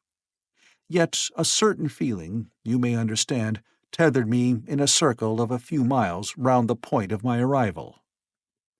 So far as I could see, all the world displayed the same exuberant richness as the Thames Valley. From every hill I climbed, I saw the same abundance of splendid buildings, endlessly varied in material and style, the same clustering thickets of evergreens, the same blossom-laden trees and tree-ferns. Here and there water shone like silver, and beyond, The land rose into blue, undulating hills, and so faded into the serenity of the sky. A peculiar feature, which presently attracted my attention, was the presence of certain circular wells, several, as it seemed to me, of a very great depth.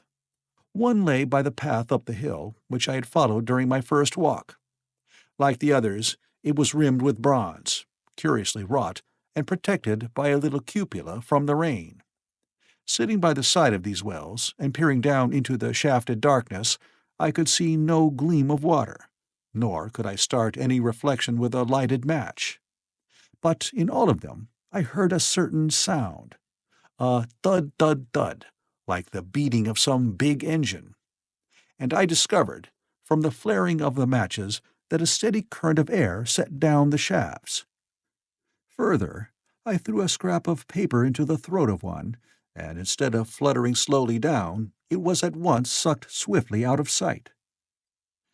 After a time, too, I came to connect these wells with tall towers, standing here and there upon the slopes, for above them there was often just such a flicker in the air as one sees on a hot day above a sun-scorched beach.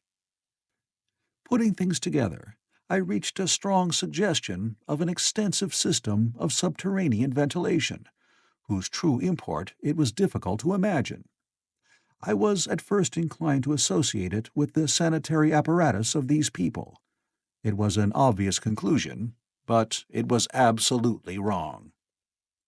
And here, I must admit, that I learned very little of drains and bells and modes of conveyance, and the like conveyances during my time in this real future. In some of these visions of utopias and coming times which I have read, there is a vast amount of detail about building, and social arrangements, and so forth. But while such details are easy enough to obtain when the whole world is contained in one's imagination, they are altogether inaccessible to a real traveler amid such realities as I found here. Conceive the tale of London which a Negro, fresh from Central Africa, would take back to his tribe. What would he know of railway companies, of social movements, of telephone and telegraph wires, of the parcels delivery company, and postal orders, and the like? Yet we, at least, should be willing enough to explain these things to him. And even of what he knew, how much could he make his untraveled friend either apprehend or believe? Then think how narrow the gap between a Negro and a white man of our times, and how wide the interval between myself and these of the Golden Age. I was sensible of much which was unseen, and which contributed to my comfort. But save for a general impression of automatic organization, I fear I can convey very little of the difference to your mind. In the matter of sepulture, for instance, I could see no signs of crematoria nor anything suggestive of tombs. But it occurred to me that possibly there might be cemeteries, or crematoria, somewhere beyond the range of my explorings. This, again, was a question I deliberately put to myself, and my curiosity was at first entirely defeated upon the point.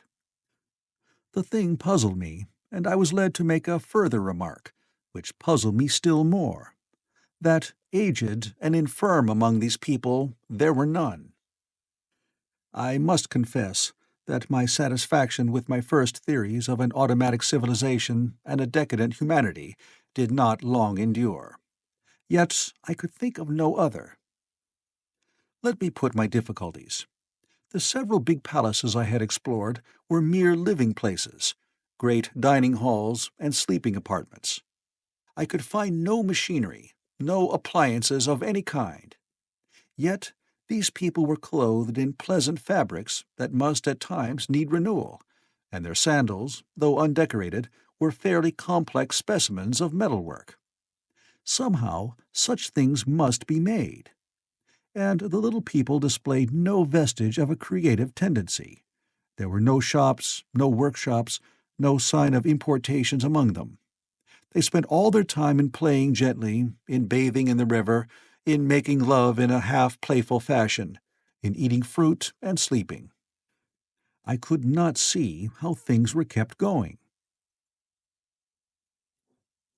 Then again, about the time machine. Something, I knew not what, had taken it into the hollow pedestal of the White Sphinx. Why? For the life of me I could not imagine. Those waterless wells, too, those flickering pillars. I felt I lacked a clue. I felt— how shall I put it? Suppose you found an inscription, with sentences here and there in excellent plain English, and interpolated therewith others made up of words, of letters even, absolutely unknown to you. Well, on the third day of my visit, that was how the world of 802,701 presented itself to me. That day, too, I made a friend of a sort. It happened that, as I was watching some of the little people bathing in a shallow, one of them was seized with a cramp and began drifting downstream. The main current ran rather swiftly, but not too strongly for even a moderate swimmer. It will give you an idea, therefore, of the strange deficiency in these creatures, when I tell you that none made the slightest attempt to rescue the weakly crying little thing which was drowning before their eyes. When I realized this, I hurriedly slipped off my clothes, and wading in at a point lower down, I caught the poor mite and drew her safe to land. A little rubbing of the limbs soon brought her round, and I had the satisfaction of seeing she was all right before I left her. I had got to such a low estimate of her kind that I did not expect any gratitude from her. In that, however, I was wrong. This happened in the morning. In the afternoon I met my little woman, as I believe it was, as I was returning towards my center from an exploration, and she received me with cries of delight and presented me with a big garland of flowers, evidently made for me and me alone. The thing took my imagination. Very possibly I had been feeling desolate. At any rate, I did my best to display my appreciation of the gift. We were soon seated together in a little stone arbor, engaged in conversation, chiefly of smiles.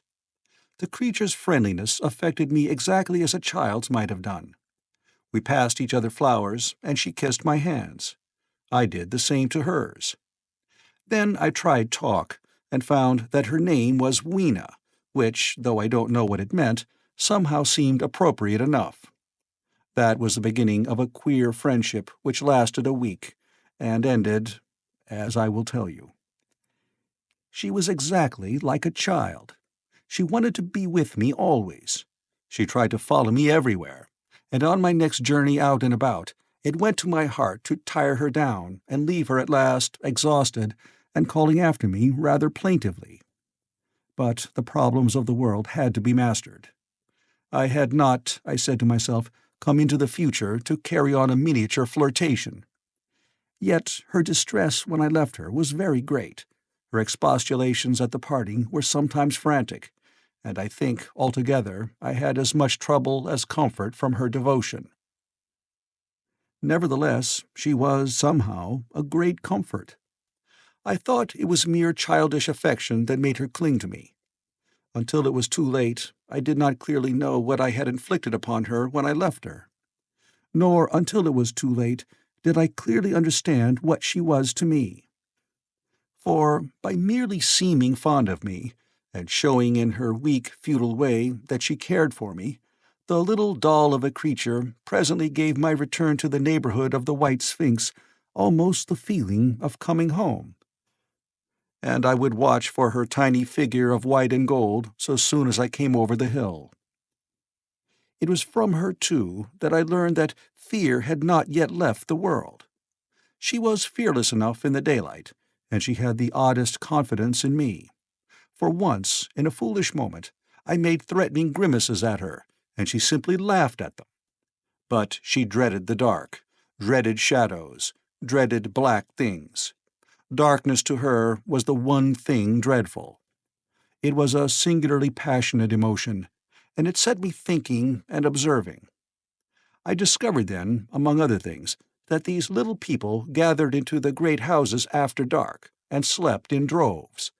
To enter upon them without a light was to put them into a tumult of apprehension.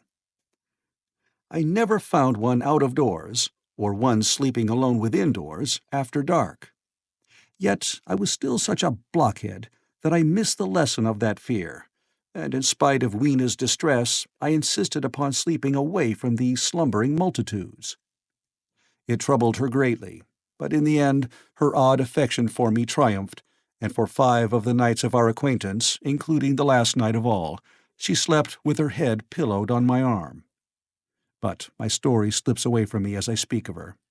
It must have been the night before her rescue that I was awakened about dawn. I had been restless, dreaming most disagreeably that I was drowned, and that sea anemones were feeling over my face with their soft palps.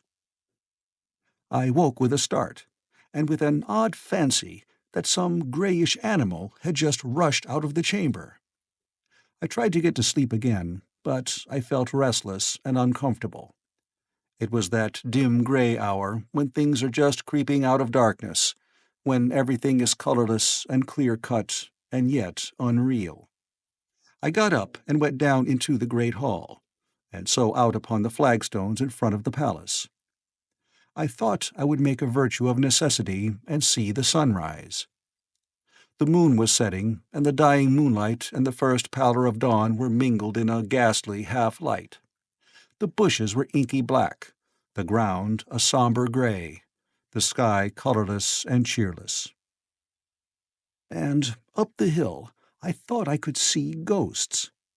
There were several times, as I scanned the slope, I saw white figures. Twice I fancied I saw a solitary white, ape-like creature running rather quickly up the hill, and once near the ruins I saw a leash of them carrying some dark body. They moved hastily. I did not see what became of them. It seemed that they vanished among the bushes. The dawn was still indistinct, you must understand. I was feeling that chill, uncertain, early morning feeling you may have known. I doubted my eyes. As the eastern sky grew brighter, and the light of the day came on and its vivid colouring returned upon the world once more, I scanned the view keenly, but I saw no vestige of my white figures. They were mere creatures of the half-light. "They must have been ghosts," I said. "I wonder whence they dated." For a queer notion of Grant Allen's came into my head and amused me. If each generation die and leave ghosts, he argued, the world at last will get overcrowded with them. On that theory, they would have grown innumerable some 800,000 years since, and it was no great wonder to see 4 at once. But the jest was unsatisfying, and I was thinking of these figures all the morning, until Weena's rescue drove them out of my head. I associated them in some indefinite way with the white animal I had startled in my first passionate search for the time machine. But Weena was a pleasant substitute. Yet, all the same, they were soon destined to take far deadlier possession of my mind.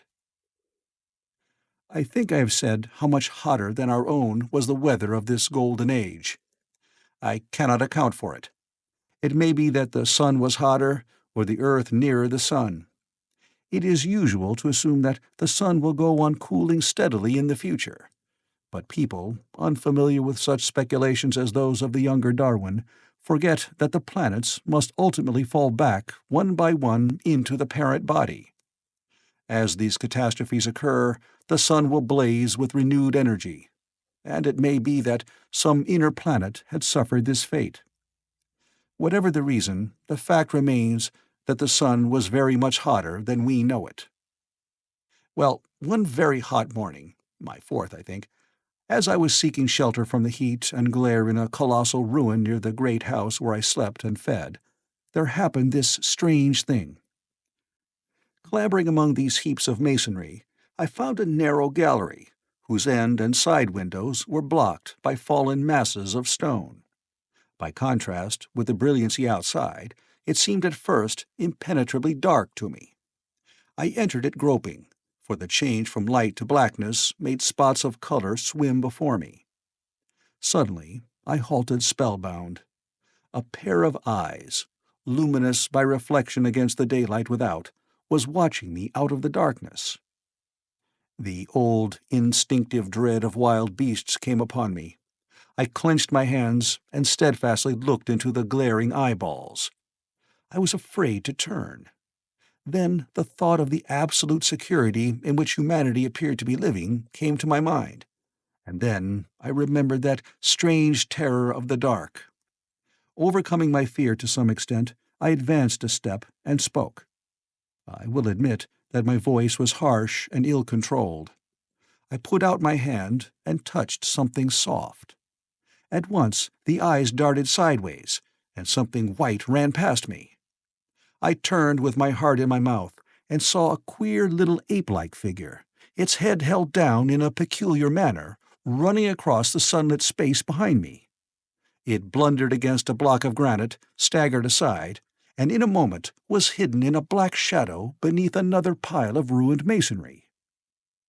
My impression of it is, of course, imperfect, but I know it was a dull white, and had strange, large, grayish-red eyes. Also, that there was flaxen hair on its head and down its back. But, as I say, it went too fast for me to see distinctly. I cannot even say whether it ran on all fours or only with its forearms held very low. After an instant's pause, I followed it into the second heap of ruins. I could not find it at first, but after a time, in the profound obscurity, I came upon one of those round, well-like openings of which I have told you, half closed by a fallen pillar. A sudden thought came to me. Could this thing have vanished down the shaft? I lit a match, and looking down, I saw a small white moving creature, with large bright eyes which regarded me steadfastly as it retreated. It made me shudder. It was so like a human spider. It was clambering down the wall, and now I saw for the first time a number of metal foot and hand rests forming a kind of ladder down the shaft. Then the light burned my fingers and fell out of my hand, going out as it dropped, and when I lit another, the little monster had disappeared.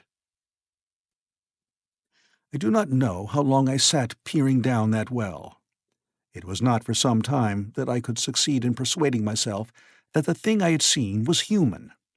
But gradually the truth dawned on me, that man had not remained one species, but had differentiated into two distinct animals, that my graceful children of the upper world were not the sole descendants of our generation, but that this bleached, obscene, nocturnal thing which had flashed before me was also heir to all the ages.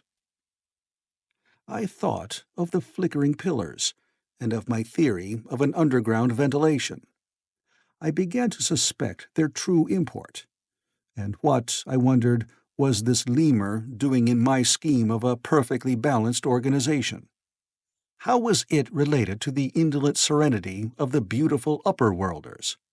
And what was hidden down there at the foot of that shaft? I sat upon the edge of the well, telling myself that, at any rate, there was nothing to fear, and that there I must descend for the solution of my difficulties. And withal, I was absolutely afraid to go. As I hesitated, two of the beautiful upper-world people came running in their amorous sport across the daylight in the shadow. The male pursued the female, flinging flowers at her as he ran. They seemed distressed to find me, my arm against the overturned pillar, peering down the well. Apparently, it was considered bad form to remark these apertures, for when I pointed to this one and tried to frame a question about it in their tongue, they were still more visibly distressed and turned away. But they were interested by my matches, and I struck some to amuse them. I tried them again about the well, and again I failed. So presently I left them, meaning to go back to Weena and see what I could get from her. But my mind was already in revolution. My guesses and impressions were slipping and sliding to a new adjustment. I had now a clue to the import of these wells, to the ventilating towers, to the mystery of the ghosts, to say nothing of a hint at the meaning of the bronze gates and the fate of the time machine. And, very vaguely, there came a suggestion towards the solution of the economic problem that had puzzled me. Here was the new view. Plainly, this second species of man was subterranean. There were three circumstances in particular which made me think that its rare emergence above ground was the outcome of a long-continued underground habit. In the first place, there was the bleached look common in most animals that live largely in the dark, the white fish of the Kentucky caves, for instance. Then, those large eyes, with that capacity for reflecting light, are common features of nocturnal things, witness the owl and the cat. And last of all, that evident confusion in the sunshine, that hasty yet fumbling awkward flight towards dark shadow, and that peculiar carriage of the head while in the light, all reinforce the theory of an extreme sensitiveness of the retina. Beneath my feet, then, the earth must be tunneled enormously, and these tunnelings were the habitats of the new race. The presence of ventilating shafts and wells along the hill slopes, everywhere in fact except along the river valley, showed how universal were its ramifications. What so natural, then, as to assume that it was in this artificial underworld that such work as was necessary to the comfort of the daylight race was done? The notion was so plausible that I at once accepted it, and went on to assume the how of this splitting of the human species. I dare say you will anticipate the shape of my theory, though, for myself, I very soon felt that it fell far short of the truth. At first, proceeding from the problems of our own age, it seemed clear as daylight to me that the gradual widening of the present merely temporary and social difference between the capitalist and the laborer was the key to the whole position. No doubt it will seem grotesque enough to you, and wildly incredible, and yet even now there are existing circumstances to point that way. There is a tendency to utilize underground space for the less ornamental purposes of civilization. There is the Metropolitan Railway in London, for instance. There are the new electric railways. There are subways. There are underground workrooms and restaurants, and they increase and multiply. Evidently, I thought, this tendency had increased till industry had gradually lost its birthright in the sky. I mean that it had gone deeper and deeper into larger and ever larger underground factories, spending a still increasing amount of its time therein, till, in the end— Even now, does not an East End worker live in such artificial conditions as practically to be cut off from the natural surface of the earth? Again, the exclusive tendency of richer people, due, no doubt, to the increasing refinement of their education and the widening gulf between them and the rude violence of the poor, is already leading to the closing, in their interest, of considerable portions of the surface of the land. About London, for instance, perhaps half the prettier country is shut in against intrusion.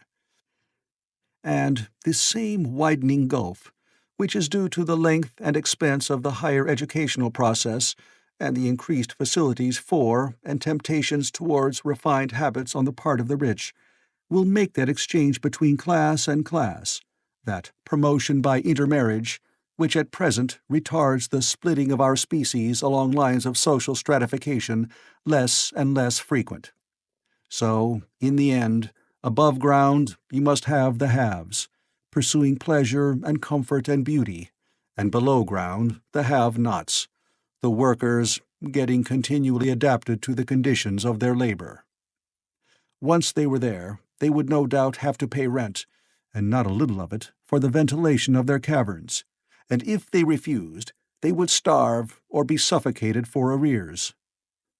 Such of them as were so constituted as to be miserable and rebellious would die, and in the end, the balance being permanent, the survivors would become as well adapted to the conditions of underground life, and as happy in their way, as the upper-world people were to theirs. As it seemed to me, the refined beauty and the etiolated pallor followed naturally enough. The great triumph of humanity I had dreamed of took a different shape in my mind. It had been no such triumph of moral education and general cooperation as I had imagined. Instead, I saw a real aristocracy, armed with a perfected science and working to a logical conclusion the industrial system of today. Its triumph had not been simply a triumph over nature, but a triumph over nature and the fellow man. This, I must warn you, was my theory at the time. I had no convenient cicerone in the pattern of the utopian books. My explanation may be absolutely wrong. I still think it is the most plausible one. But even on this supposition, the balanced civilization that was at least attained must have long since passed its zenith, and was now far fallen into decay. The too perfect security of the upper worlders had led them to a slow movement of degeneration, to a general dwindling in size, strength, and intelligence. That I could see clearly enough already. What had happened to the underworlders I did not yet suspect, but from what I had seen of the Morlocks, that, by the way, was the name by which the creatures were called, I could imagine that the modification of the human type was even far more profound than among the Eloi, the beautiful race that I already knew. Then came troublesome doubts. Why had the Morlocks taken my time machine? For I felt sure it was they who had taken it. Why, too, if the Eloi were masters, could they not restore the machine to me? And why were they so terribly afraid of the dark? I proceeded, as I have said, to question Weena about this underworld, but here again I was disappointed. At first she would not understand my questions, and presently she refused to answer them. She shivered as though the topic was unendurable, and when I pressed her, perhaps a little harshly, she burst into tears. They were the only tears, except my own, I ever saw in that golden age. When I saw them, I ceased abruptly to trouble about the Morlocks, and was only concerned in banishing these signs of the human inheritance from Weena's eyes. And very soon she was smiling and clapping her hands, while I solemnly burned a match. Chapter 6. It may seem odd to you, but it was 2 days before I could follow up the new-found clue in what was manifestly the proper way. I felt a peculiar shrinking from those pallid bodies. They were just the half-bleached color of the worms and things one sees preserved in spirit in a zoological museum. And they were filthily cold to the touch. Probably my shrinking was largely due to the sympathetic influence of the Eloi, whose disgust of the Morlocks I now began to appreciate. The next night I did not sleep well. Probably my health was a little disordered. I was oppressed with perplexity and doubt. Once or twice I had a feeling of intense fear, for which I could perceive no definite reason. I remember creeping noiselessly into the great hall, where the little people were sleeping in the moonlight. That night Weena was among them, and feeling reassured by their presence.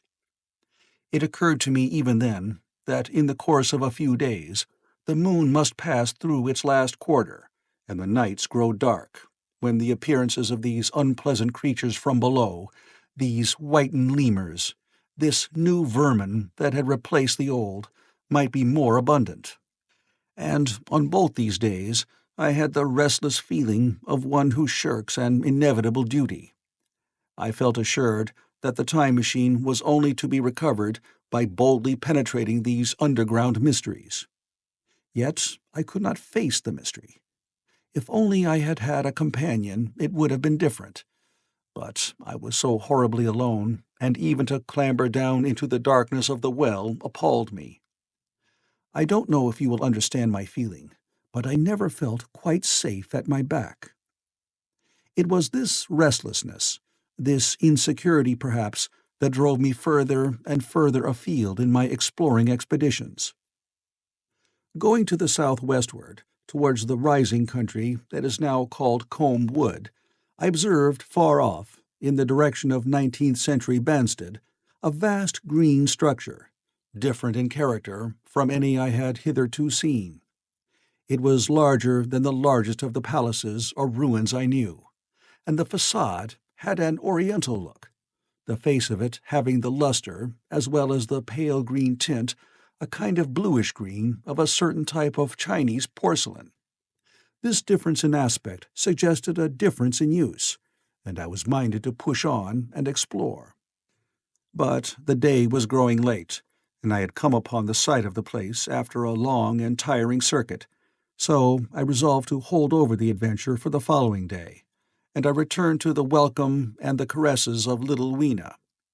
But next morning I perceived clearly enough that my curiosity regarding the palace of green porcelain was a piece of self-deception, to enable me to shirk, by another day, an experience I dreaded. I resolved I would make the descent without further waste of time, and started out in the early morning towards a well near the ruins of granite and aluminium. Little Weena ran with me. She danced beside me to the well, but when she saw me lean over the mouth and look downward, she seemed strangely disconcerted. "Good-bye, little Weena," I said, kissing her, and then, putting her down, I began to feel over the parapet for the climbing hooks. Rather hastily, I may as well confess, for I feared my courage might leak away. At first she watched me in amazement. Then she gave a most piteous cry, and running to me, she began to pull at me with her little hands. I think her opposition nerved me rather to proceed. I shook her off, perhaps a little roughly, and in another moment I was in the throat of the well. I saw her agonized face over the parapet, and smiled to reassure her. Then I clung to look down at the unstable hooks to which I clung. I had to clamber down a shaft of perhaps 200 yards. The descent was effected by means of metallic bars projecting from the sides of the well, and these being adapted to the needs of a creature much smaller and lighter than myself, I was speedily cramped and fatigued by the descent. And not simply fatigued. One of the bars bent suddenly under my weight, and almost swung me off into the blackness beneath. For a moment I hung by one hand, and after that experience I did not dare to rest again. Though my arms and back were presently acutely painful, I went on clambering down the sheer descent with as quick a motion as possible. Glancing upward, I saw the aperture, a small blue disk in which a star was visible, while little Weena's head showed as a round black projection. The thudding sound of a machine below grew louder and more oppressive. Everything save that little disk above was profoundly dark, and when I looked up again, Weena had disappeared. I was in an agony of discomfort. I had some thought of trying to go up the shaft again and leave the underworld alone. But even while I turned this over in my mind, I continued to descend. At last, with intense relief, I saw dimly coming up, a foot to the right of me, a slender loophole in the wall. Swinging myself in, I found it was the aperture of a narrow horizontal tunnel in which I could lie down and rest. It was not too soon. My arms ached, my back was cramped, and I was trembling with the prolonged terror of a fall. Besides this, the unbroken darkness had had a distressing effect upon my eyes. The air was full of the throb and hum of machinery pumping air down the shaft. I do not know how long I lay. I was roused by a soft hand touching my face. Starting up in the darkness, I snatched at my matches, and, hastily striking one, I saw 3 stooping white creatures, similar to the one I had seen above ground in the ruin, hastily retreating before the light. Living, as they did, in what appeared to me impenetrable darkness, their eyes were abnormally large and sensitive, just as are the pupils of the abysmal fishes, and they reflected the light in the same way. I have no doubt they could see me in that rayless obscurity, and they did not seem to have any fear of me apart from the light. But so soon as I struck a match in order to see them, they fled incontinently, vanishing into dark gutters and tunnels, from which their eyes glared at me in the strangest fashion. I tried to call to them, but the language they had was apparently different from that of the overworld people, so that I was needs left to my own unaided efforts, and the thought of flight before exploration was even then in my mind. But I said to myself, "You are in for it now," and feeling my way along the tunnel, I found the noise of machinery grow louder. Presently the walls fell away from me, and I came into a large open space, and striking another match, saw that I had entered a vast arched cavern, which stretched into utter darkness beyond the range of my light. The view I had of it was as much as one could see in the burning of a match. Necessarily, my memory is vague. Great shapes like big machines rose out of the dimness and cast grotesque black shadows, in which dim spectral Morlocks sheltered from the glare. The place, by the by, was very stuffy and oppressive, and a faint halitus of freshly shed blood was in the air. Some way down the central vista was a little table of white metal, laid with what seemed a meal. The Morlocks, at any rate, were carnivorous. Even at the time, I remember wondering what large animal could have survived to furnish the red joint I saw. It was all very indistinct. The heavy smell, the big, unmeaning shapes, the obscene figures lurking in the shadows, and only waiting for the darkness to come at me again. Then the match burned down and stung my fingers and fell, a wriggling red spot in the blackness. I have thought since how particularly ill-equipped I was for such an experience. When I had started with the time machine, I had started with the absurd assumption that the men of the future would certainly be infinitely ahead of ourselves in all their appliances. I had come without arms, without medicine, without anything to smoke. At times I missed tobacco frightfully, even without enough matches. If only I had thought of a kodak! I could have flashed that glimpse of the underworld in a second, and examined it at leisure. But, as it was, I stood there with only the weapons and the powers that nature had endowed me with, hands, feet, and teeth, these, and 4 safety matches that still remained to me. I was afraid to push my way in among all this machinery in the dark, and it was only with my last glimpse of light I discovered that my store of matches had run low. It had never occurred to me until that moment that there was any need to economize them, and I had wasted almost half the box in astonishing the upper-worlders, to whom fire was a novelty. Now, as I say, I had 4 left, and while I stood in the dark, a hand touched mine. Lank fingers came feeling over my face, and I was sensible of a peculiar, unpleasant odor. I fancied I heard the breathing of a crowd of these dreadful little beings about me. I felt the box of matches in my hand being gently disengaged, and other hands behind me plucking at my clothing. The sense of these unseen creatures examining me was indescribably unpleasant. The sudden realization of my ignorance of their ways of thinking and doing came home to me very vividly in the darkness. I shouted at them as loudly as I could. They started away, and then I could feel them approaching me again. They clutched at me more boldly, whispering odd sounds to each other. I shivered violently and shouted again rather discordantly. This time they were not so seriously alarmed, and they made a queer laughing noise as they came back at me. I will confess I was horribly frightened.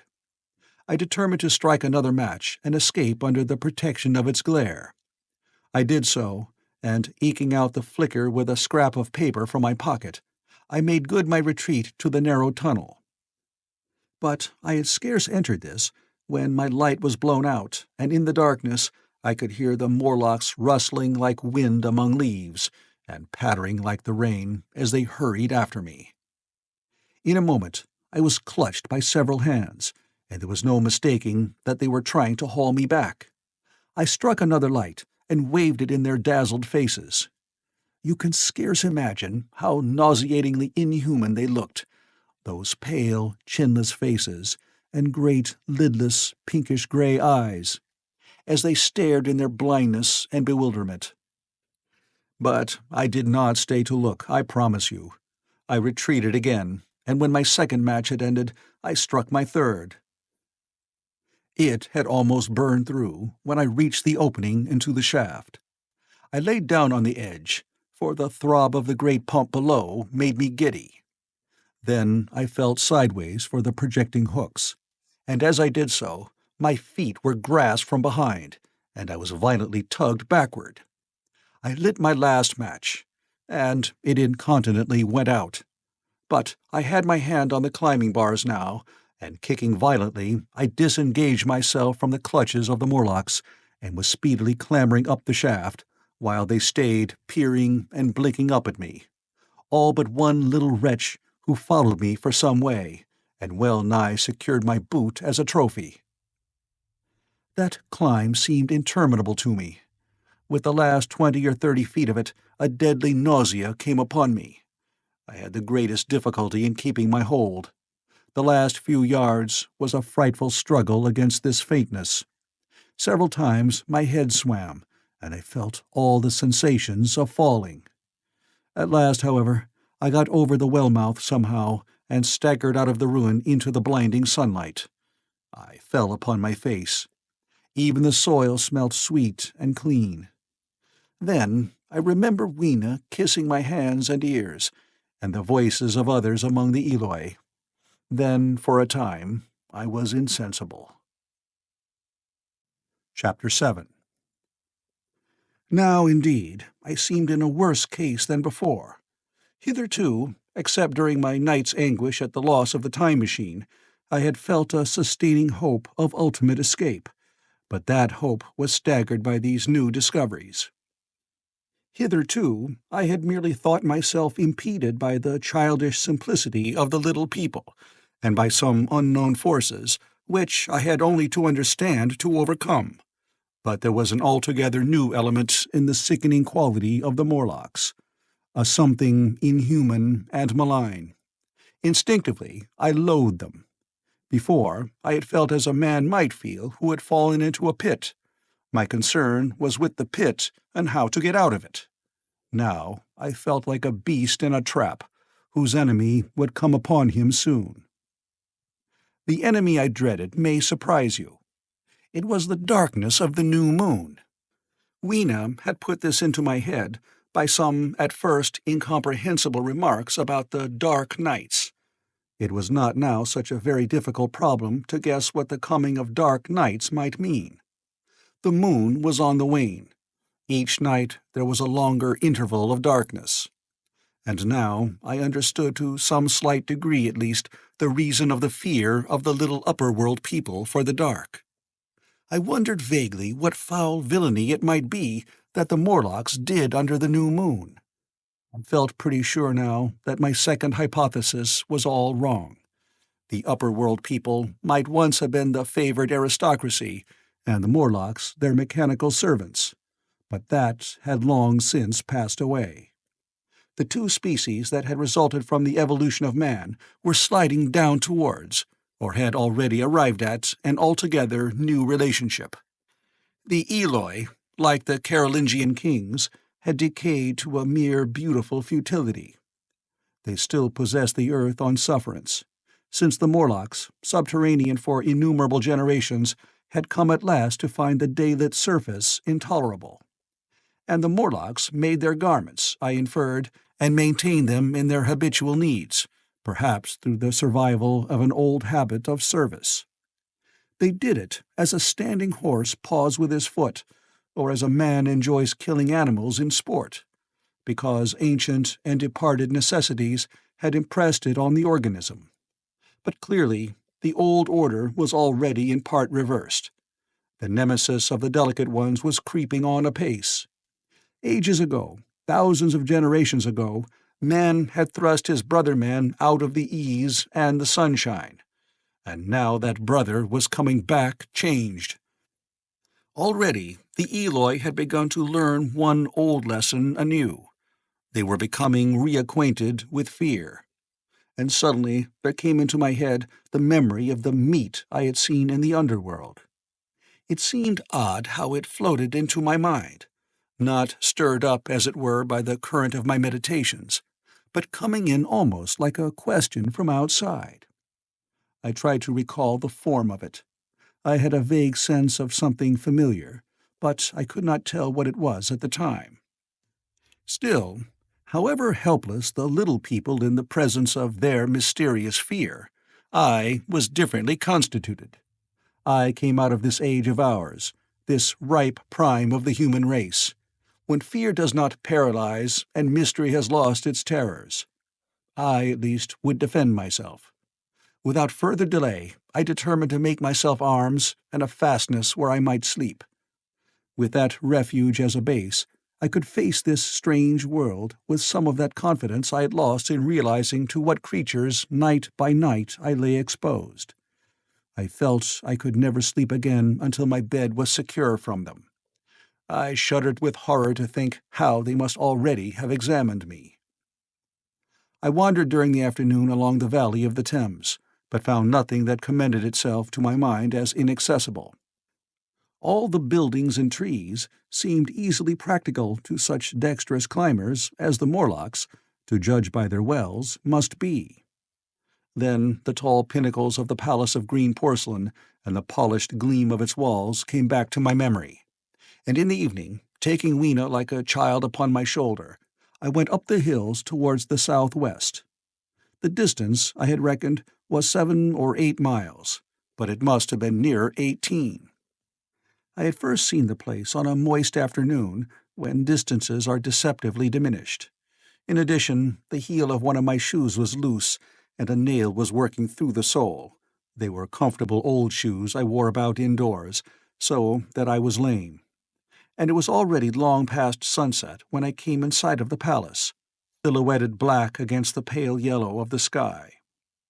Weena had been hugely delighted when I began to carry her, but after a while she desired me to let her down and ran along by the side of me, occasionally darting off on either hand to pick flowers to stick in my pockets. My pockets had always puzzled Weena, but at the last she had concluded that they were an eccentric kind of vase for floral decoration. At least she utilized them for that purpose. And that reminds me, in changing my jacket, I found— The time-traveler paused, put his hand into his pocket, and silently placed 2 withered flowers, not unlike very large white mallows, upon the little table. Then he resumed his narrative. As the hush of the evening crept over the world, and we proceeded over the hill crest towards Wimbledon, Weena grew tired and wanted to return to the house of grey stone. But I pointed out the distant pinnacles of the Palace of Green Porcelain to her, and contrived to make her understand that we were seeking a refuge there from her fear. You know that great pause that comes upon things before the dusk? Even the breeze stops in the trees. To me, there is always an air of expectation about that evening stillness. The sky was clear, remote, and empty, save for a few horizontal bars far down in the sunset. Well, that night, the expectation took the color of my fears. In that darkling calm, my senses seemed preternaturally sharpened. I fancied I could even feel the hollowness of the ground beneath my feet, could, indeed, almost see through it the Morlocks on their ant-hill, going hither and thither and waiting for the dark. In my excitement, I fancied that they would receive my invasion of their burrows as a declaration of war. And why had they taken my time machine? So we went on in the quiet, and the twilight deepened into night. The clear blue of the distance faded, and one star after another came out. The ground grew dim and the trees black. Weena's fears and her fatigue grew upon her. I took her in my arms and talked to her and caressed her. Then, as the darkness grew deeper, she put her arms round my neck, and closing her eyes, tightly pressed her face against my shoulder. So we went down a long slope into a valley, and there, in the dimness, I almost walked into a little river. This I waded, and went up on the opposite side of the valley, past a number of sleeping houses, and by a statue, a faun or some such figure, minus the head. Here, too, were acacias. So far I had seen nothing of the Morlocks, but it was yet early in the night, and the darker hours before the old moon rose were still to come. From the brow of the next hill I saw a thick wood spreading wide and black before me. I hesitated at this. I could see no end to it, either to the right or the left. Feeling tired, my feet in particular were very sore, I carefully lowered Weena from my shoulder as I halted, and sat down upon the turf. I could no longer see the palace of green porcelain, and I was in doubt of my direction. I looked into the thickness of the wood and thought of what it might hide. Under that dense tangle of branches, one would be out of sight of the stars.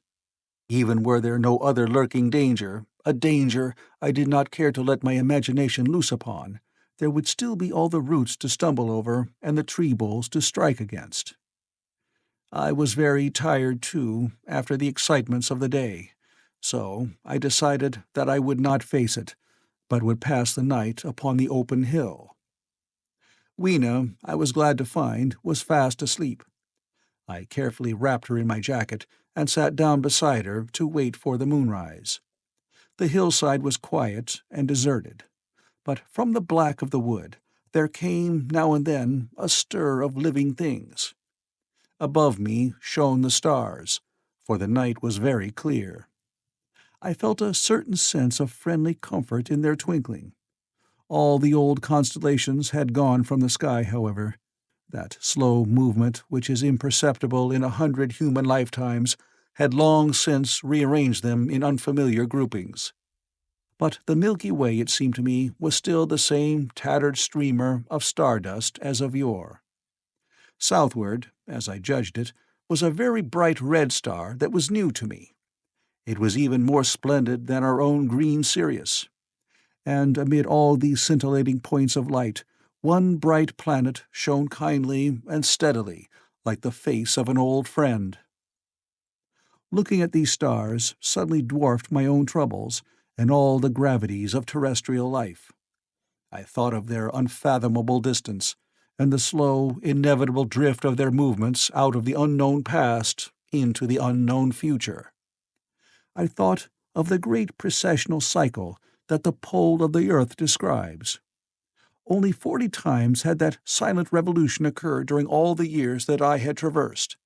And during these few revolutions, all the activity, all the traditions, the complex organizations, the nations, languages, literatures, aspirations, even the mere memory of man as I knew him, had been swept out of existence. Instead were these frail creatures, who had forgotten their high ancestry, and the white things of which I went in terror.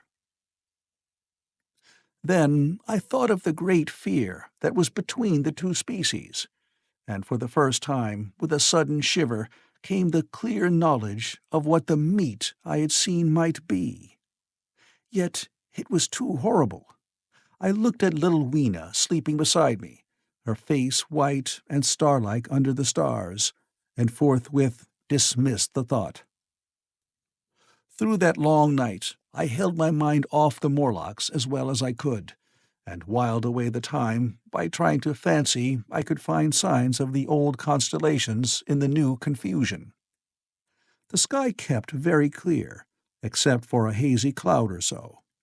No doubt I dozed at times. Then, as my vigil wore on, came a faintness in the eastward sky, like the reflection of some colourless fire, and the old moon rose, thin and peaked and white. And close behind, and overtaking it, and overflowing it, the dawn came, pale at first, and then growing pink and warm. No Morlocks had approached us. Indeed, I had seen none upon the hill that night. And in the confidence of renewed day, it almost seemed to me that my fear had been unreasonable. I stood up and found my foot with the loose heel swollen at the ankle, and painful under the heel, so I sat down again, took off my shoes, and flung them away. I awakened Weena, and we went down into the wood, now green and pleasant, instead of black and forbidding. We found some fruit wherewith to break our fast. We soon met others of the dainty ones, laughing and dancing in the sunlight, as though there were no such thing in nature as the night. And then I thought once more of the meat I had seen. I felt assured now of what it was, and from the bottom of my heart I pitied this last feeble rill from the great flood of humanity. Clearly, at some time in the long ago of human decay, the Morlocks' food had run short. Possibly they had lived on rats and such like vermin. Even now, man is far less discriminating and exclusive in his food than he was, far less than any monkey. His prejudice against human flesh is no deep-seated instinct. And so, these inhuman sons of men— I tried to look at the thing in a scientific spirit. After all, they were less human and more remote than our cannibal ancestors of 3 or 4 thousand years ago. And the intelligence that would have made this state of things a torment had gone. Why should I trouble myself? These Eloi were mere fatted cattle, which the ant-like Morlocks preserved and preyed upon, probably saw to the breeding of. And there was Weena dancing at my side. Then I tried to preserve myself from the horror that was coming upon me, by regarding it as a rigorous punishment of human selfishness. Man had been content to live in ease and delight upon the labors of his fellow man, had taken necessity as his watchword and excuse, and in the fullness of time necessity had come home to him. I even tried a Carlyle-like scorn of this wretched aristocracy in decay, but this attitude of mind was impossible. However great their intellectual degradation, the Eloi had kept too much of the human form not to claim my sympathy, and to make me perforce a sharer in their degradation and their fear. I had, at that time, very vague ideas as to the course I should pursue. My first was to secure some safe place of refuge, and to make myself such arms of metal or stone as I could contrive. That necessity was immediate. In the next place, I hoped to procure some means of fire, so that I should have the weapon of a torch at hand, for nothing, I knew, would be more efficient against these Morlocks. Then I wanted to arrange some contrivance to break open the doors of bronze under the White Sphinx. I had in mind a battering ram. I had a persuasion that if I could enter those doors and carry a blaze of light before me, I should discover the time machine and escape. I could not imagine the Morlocks were strong enough to move it far away. Weena I had resolved to bring with me to our own time, and, turning such schemes over in my mind, I pursued our way towards the building which my fancy had chosen as our dwelling. Chapter 8. I found the palace of green porcelain, when we approached it about noon, deserted and falling into ruin. Only ragged vestiges of glass remained in its windows, and great sheets of the green facing had fallen away from the corroded metallic framework. It lay very high upon a turfy down, and looking northeastward before I entered it, I was surprised to see a large estuary, or even creek, where I judged Wandsworth and Battersea must have once been. I thought then, though I never followed up the thought, of what might have happened, or might be happening, to the living things in the sea. The material of the palace proved on examination to be indeed porcelain, and along the face of it I saw an inscription in some unknown character. I thought, rather foolishly, that Weena might help me to interpret this, but I only learned that the bare idea of writing had never entered her head. She always seemed to me, I fancy, more human than she was, perhaps because her affection was so human. Within the big valves of the door, which were open and broken, we found, instead of the customary hall, a long gallery lit by many side windows. At the first glance I was reminded of a museum. The tiled floor was thick with dust, and a remarkable array of miscellaneous objects was shrouded in the same grey covering. Then I perceived, standing strange and gaunt in the centre of the hall, what was clearly the lower part of a huge skeleton. I recognized by the oblique feet that it was some extinct creature after the fashion of the megatherium.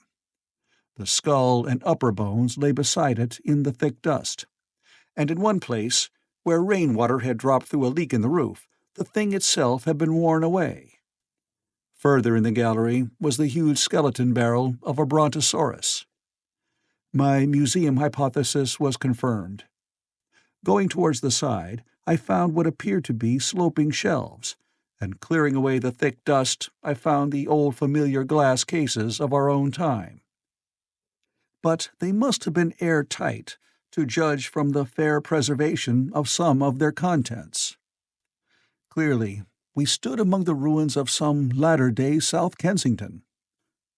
Here, apparently, was the paleontological section, and a very splendid array of fossils it must have been, though the inevitable process of decay that had been staved off for a time, and had, through the extinction of bacteria and fungi, lost 99/100ths of its force, was nevertheless with extreme sureness, if with extreme slowness, at work again upon all its treasures. Here and there I found traces of the little people in the shape of rare fossils broken to pieces, or threaded in strings upon reeds. And the cases had in some instances been bodily removed, by the Morlocks as I judged. The place was very silent. The thick dust deadened our footsteps. Weena, who had been rolling a sea urchin down the sloping glass of a case, presently came as I stared about me and very quietly took my hand and stood beside me. And at first I was so much surprised by this ancient monument of an intellectual age that I gave no thought to the possibilities it presented. Even my preoccupation about the time machine receded a little from my mind. To judge from the size of the place, this palace of green porcelain had a great deal more in it than a gallery of paleontology, possibly historical galleries. It might be even a library. To me, at least in my present circumstances, these would be vastly more interesting than this spectacle of old-time geology in decay. Exploring, I found another short gallery running transversely to the first. This appeared to be devoted to minerals, and the sight of a block of sulphur set my mind running on gunpowder. But I could find no saltpeter. Indeed, no nitrates of any kind. Doubtless they had deliquesced ages ago. Yet the sulphur hung in my mind, and set up a train of thinking. As for the rest of the contents of that gallery, though on the whole they were the best preserved of all I saw, I had little interest. I am no specialist in mineralogy, and I went on down a very ruinous aisle running parallel to the first hall I had entered. Apparently, this section had been devoted to natural history, but everything had long since passed out of recognition. A few shriveled and blackened vestiges of what had once been stuffed animals, desiccated mummies in jars that had once held spirit, a brown dust of departed plants, that was all. I was sorry for that, because I should have been glad to trace the patent readjustments by which the conquest of animated nature had been attained. Then we came to a gallery of simply colossal proportions, but singularly ill-lit, the floor of it running downward at a slight angle from the end at which I entered. At intervals, white globes hung from the ceiling, many of them cracked and smashed, which suggested that originally the place had been artificially lit. Here I was more in my element, for rising on either side of me were the huge bulks of big machines, all greatly corroded and many broken down, but some still fairly complete. You know, I have a certain weakness for mechanism, and I was inclined to linger among these, the more so, as for the most part they had the interest of puzzles, and I could make only the vaguest guesses at what they were for. I fancied that if I could solve their puzzles, I should find myself in possession of powers that might be of use against the Morlocks. Suddenly, Weena came very close to my side, so suddenly that she startled me. Had it not been for her, I do not think I should have noticed that the floor of the gallery sloped at all. Footnote: it may be, of course, that the floor did not slope, but that the museum was built into the side of a hill. Editor. The end I had come in at was quite above ground, and was lit by rare, slit-like windows. As you went down the length, the ground came up against these windows, until at last there was a pit, like the area of a London house, before each. and only a narrow line of daylight at the top. I went slowly along, puzzling about the machines, and had been too intent upon them to notice the gradual diminution of the light, until Weena's increasing apprehensions drew my attention. Then I saw that the gallery ran down at last into a thick darkness. I hesitated, and then, as I looked round me, I saw that the dust was less abundant and its surface less even. Further away towards the dimness, it appeared to be broken by a number of small, narrow footprints. My sense of the immediate presence of the Morlocks revived at that. I felt that I was wasting my time in the academic examination of machinery. I called to mind that it was already far advanced in the afternoon, and that I had still no weapon, no refuge, and no means of making a fire. And then, down in the remote blackness of the gallery, I heard a peculiar pattering, and the same odd noises I had heard down the well. I took Weena's hand. Then, struck with a sudden idea, I left her and turned to a machine from which projected a lever not unlike those in a signal box. Clambering up the stand and grasping this lever in my hands, I put all my weight upon it sideways. Suddenly Weena, deserted in the central aisle, began to whimper. I had judged the strength of the lever pretty correctly, for it snapped after a minute's strain, and I rejoined her with a mace in my hand, more than sufficient, I judged, for any Morlock's skull I might encounter. And I longed very much to kill a Morlock or so. Very inhuman, you may think, to want to go killing one's own descendants. But it was impossible, somehow, to feel any humanity in the things. Only my disinclination to leave Weena, and a persuasion that if I began to slake my thirst for murder, my time machine might suffer, restrained me from going straight down the gallery and killing the brutes I heard. Well, mace in one hand and Weena in the other, I went out of that gallery and into another and still larger one, which, at the first glance, reminded me of a military chapel hung with tattered flags. The brown and charred rags that hung from the sides of it I presently recognized as the decaying vestiges of books. They had long since dropped to pieces, and every semblance of print had left them. But here and there were warped boards and cracked metallic clasps that told the tale well enough. Had I been a literary man, I might, perhaps, have moralized upon the futility of all ambition. But as it was, the thing that struck me with the keenest force was the enormous waste of labor to which this somber wilderness of rotting paper testified. At the time, I will confess that I thought chiefly of the Philosophical Transactions and my own 17 papers upon physical optics.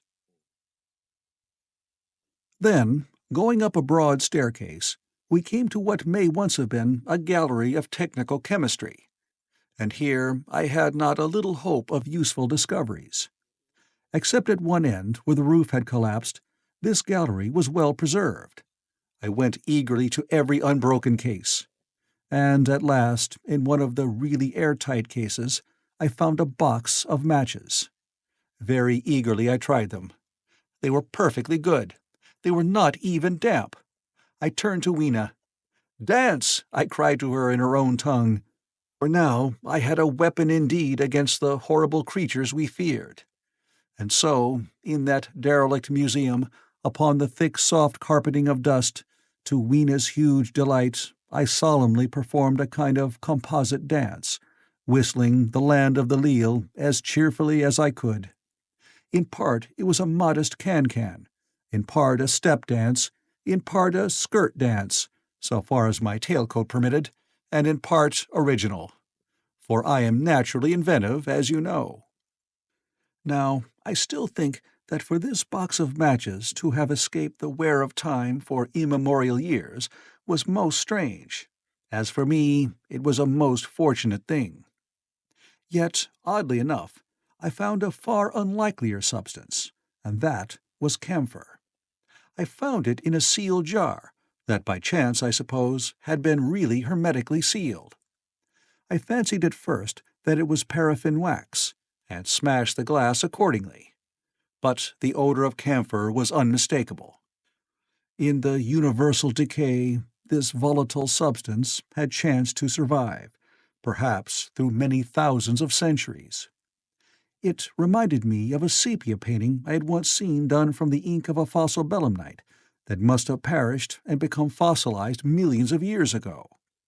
I was about to throw it away, but I remembered that it was inflammable and burned with a good bright flame, was in fact an excellent candle, and I put it in my pocket.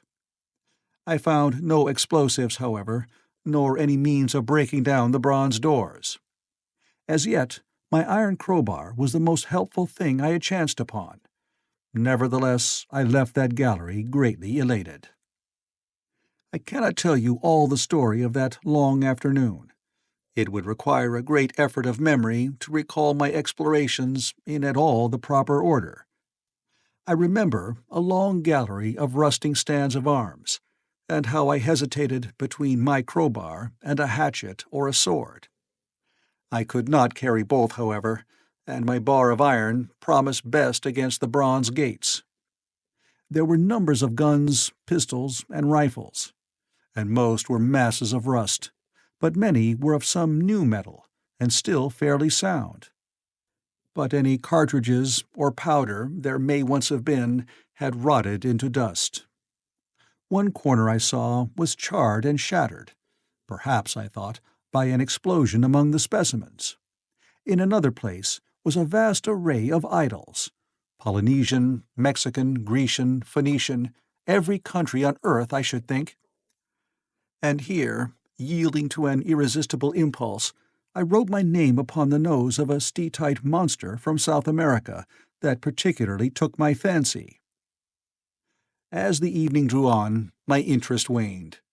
I went through gallery after gallery, dusty, silent, often ruinous, the exhibits sometimes mere heaps of rust and lignite, sometimes fresher. In one place I suddenly found myself near the model of a tin mine, and then, by the merest accident, I discovered, in an airtight case, 2 dynamite cartridges. I shouted, "Eureka!" and smashed the case with joy. Then came a doubt. I hesitated. Then, selecting a little side gallery, I made my essay.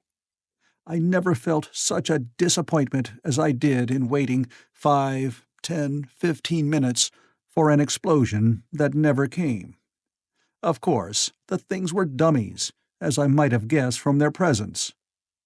I really believe that, had they not been so, I should have rushed off incontinently and blown Sphinx, bronze doors, and, as it proved, my chances of finding the time machine altogether into non-existence.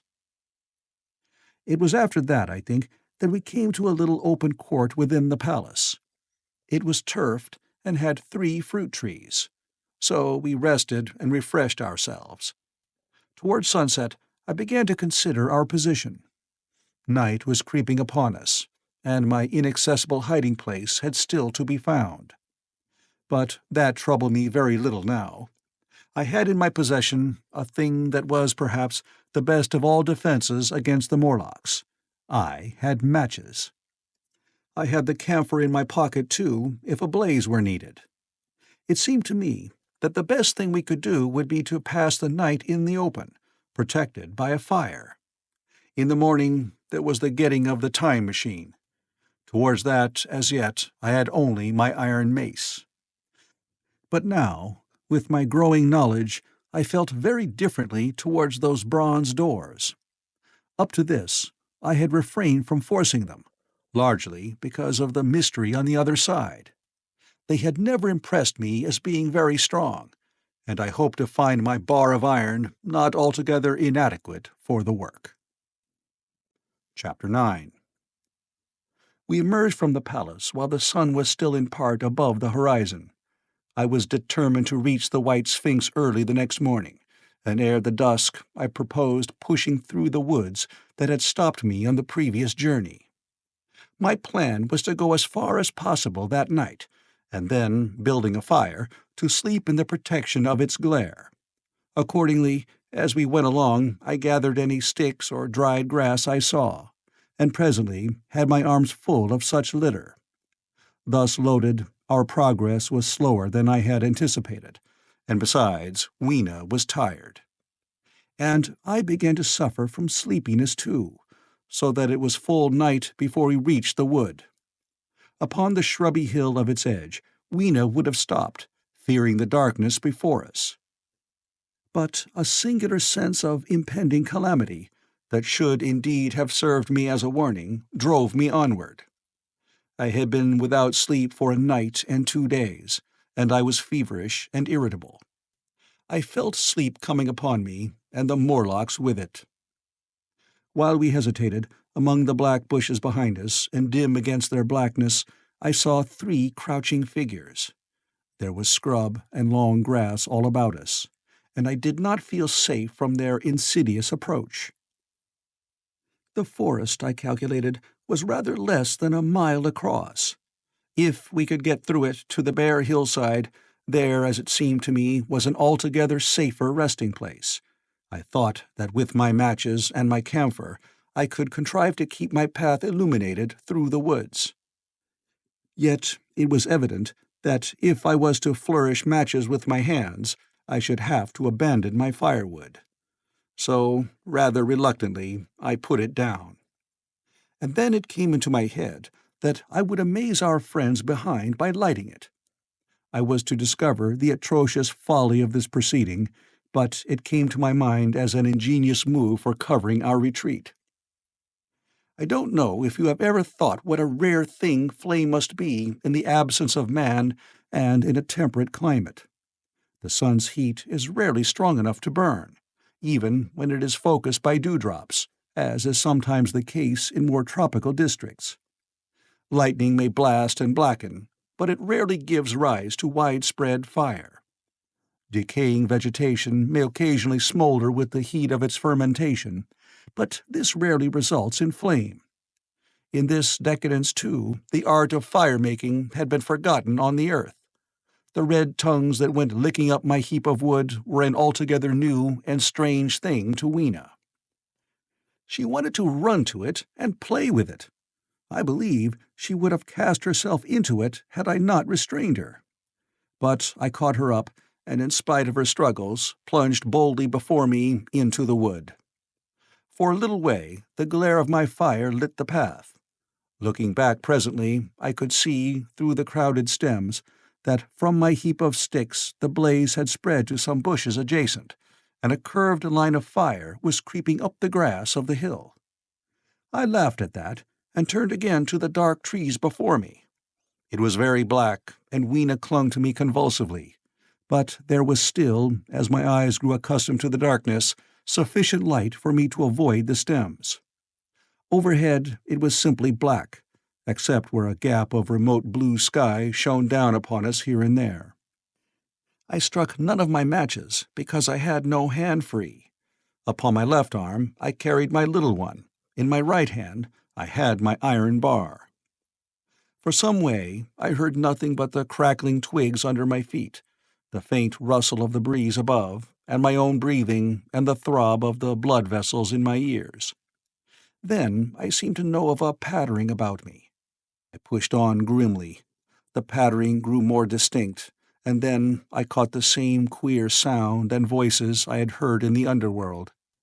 There were evidently several of the Morlocks, and they were closing in upon me. Indeed, in another minute I felt a tug at my coat, then something at my arm, and Weena shivered violently and became quite still. It was time for a match, but to get one I must put her down. I did so, and, as I fumbled with my pocket, a struggle began in the darkness about my knees, perfectly silent on her part, and with the same peculiar cooing sounds from the Morlocks. Soft little hands, too, were creeping over my coat and back, touching even my neck. Then the match scratched and fizzed. I held it flaring, and saw the white backs of the Morlocks in flight amid the trees. I hastily took a lump of camphor from my pocket, and prepared to light it as soon as the match should wane. Then I looked at Weena.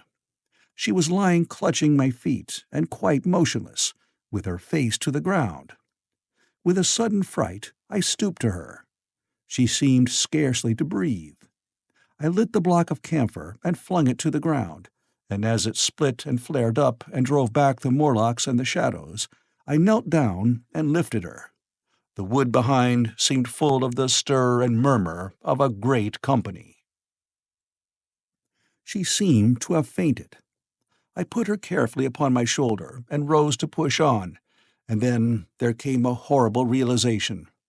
In maneuvering with my matches and Weena, I had turned myself about several times, and now I had not the faintest idea in what direction lay my path.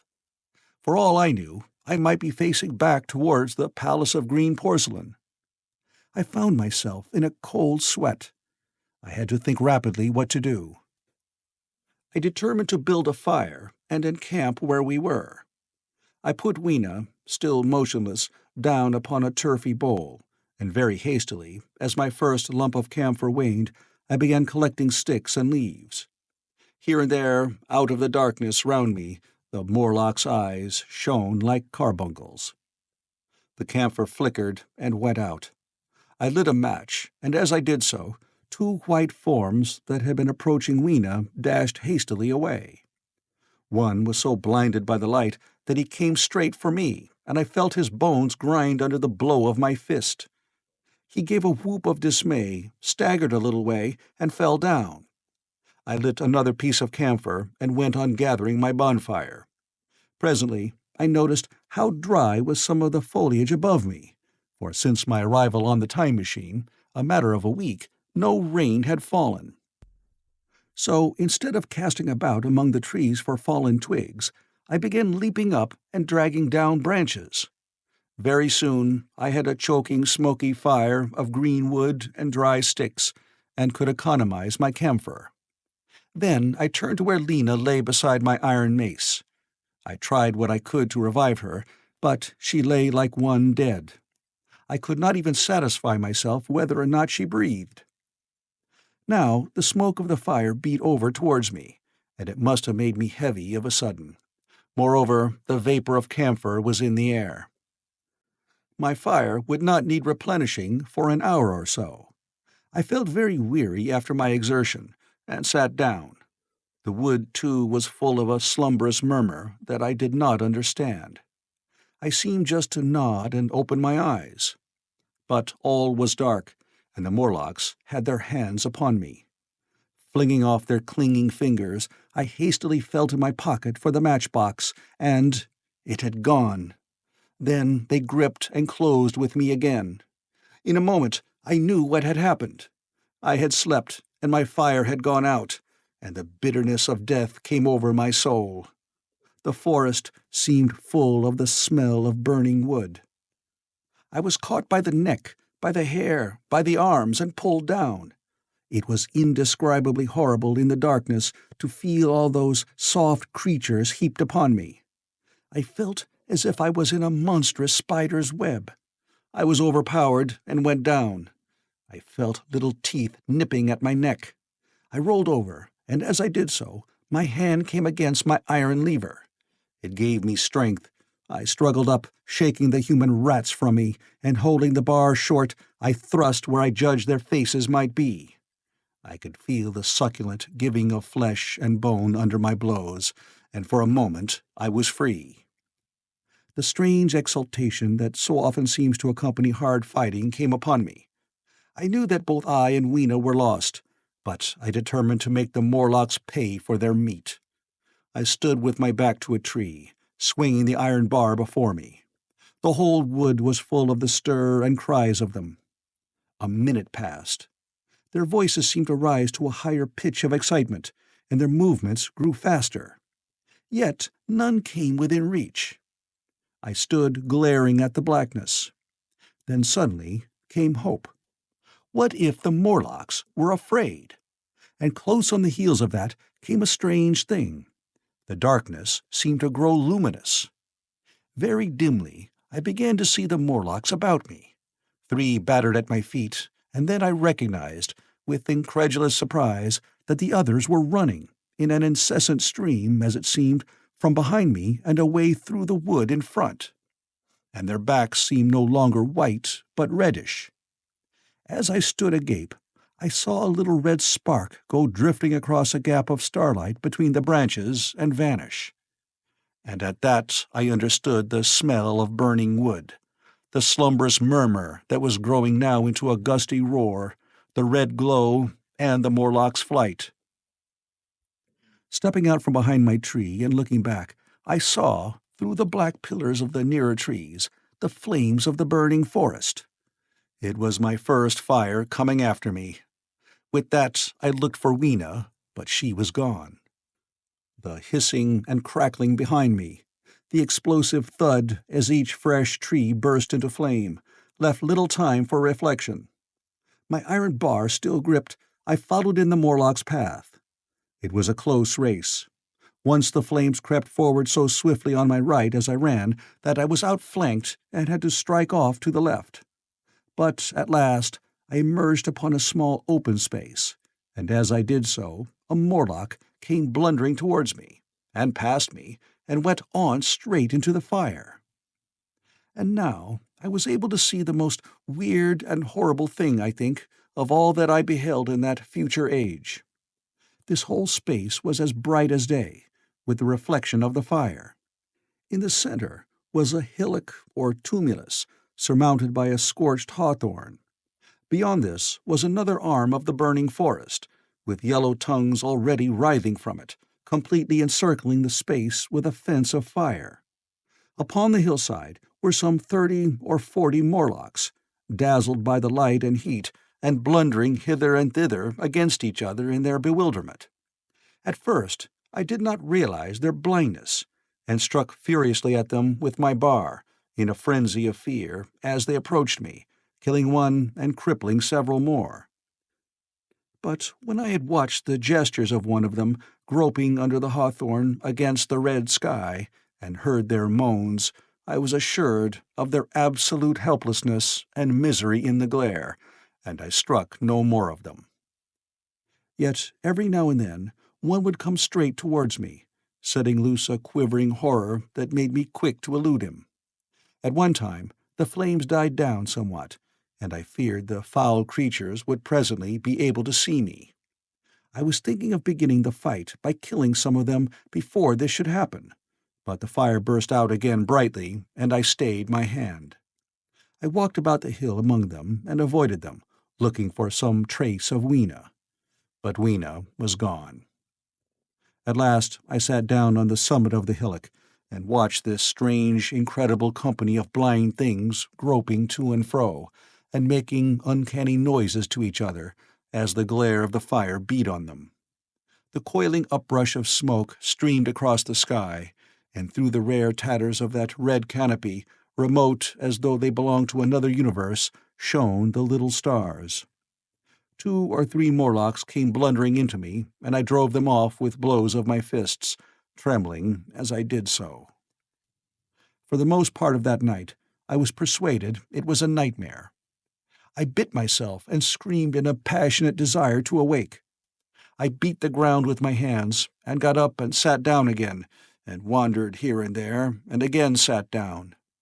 Then I would fall to rubbing my eyes and calling upon God to let me awake. Thrice I saw Morlocks put their heads down in a kind of agony and rush into the flames. But at last, above the subsiding red of the fire, above the streaming masses of black smoke and the whitening and blackening tree stumps, and the diminishing numbers of these dim creatures, came the white light of the day. I searched again for traces of Weena, but there were none. It was plain that they had left her poor little body in the forest. I cannot describe how it relieved me to think that it had escaped the awful fate to which it seemed destined. As I thought of that, I was almost moved to begin a massacre of the helpless abominations about me, but I contained myself. The hillock, as I have said, was a kind of island in the forest. From its summit I could now make out through a haze of smoke the palace of green porcelain, and from that I could get my bearings for the White Sphinx. And so, leaving the remnant of these damned souls still going hither and thither and moaning, as the day grew clearer, I tied some grass about my feet and limped on across smoking ashes and among black stems that still pulsated internally with fire, towards the hiding place of the time machine. I walked slowly, for I was almost exhausted as well as lame, and I felt the intensest wretchedness for the horrible death of little Weena. It seemed an overwhelming calamity. Now, in this old familiar room, it is more like the sorrow of a dream than an actual loss.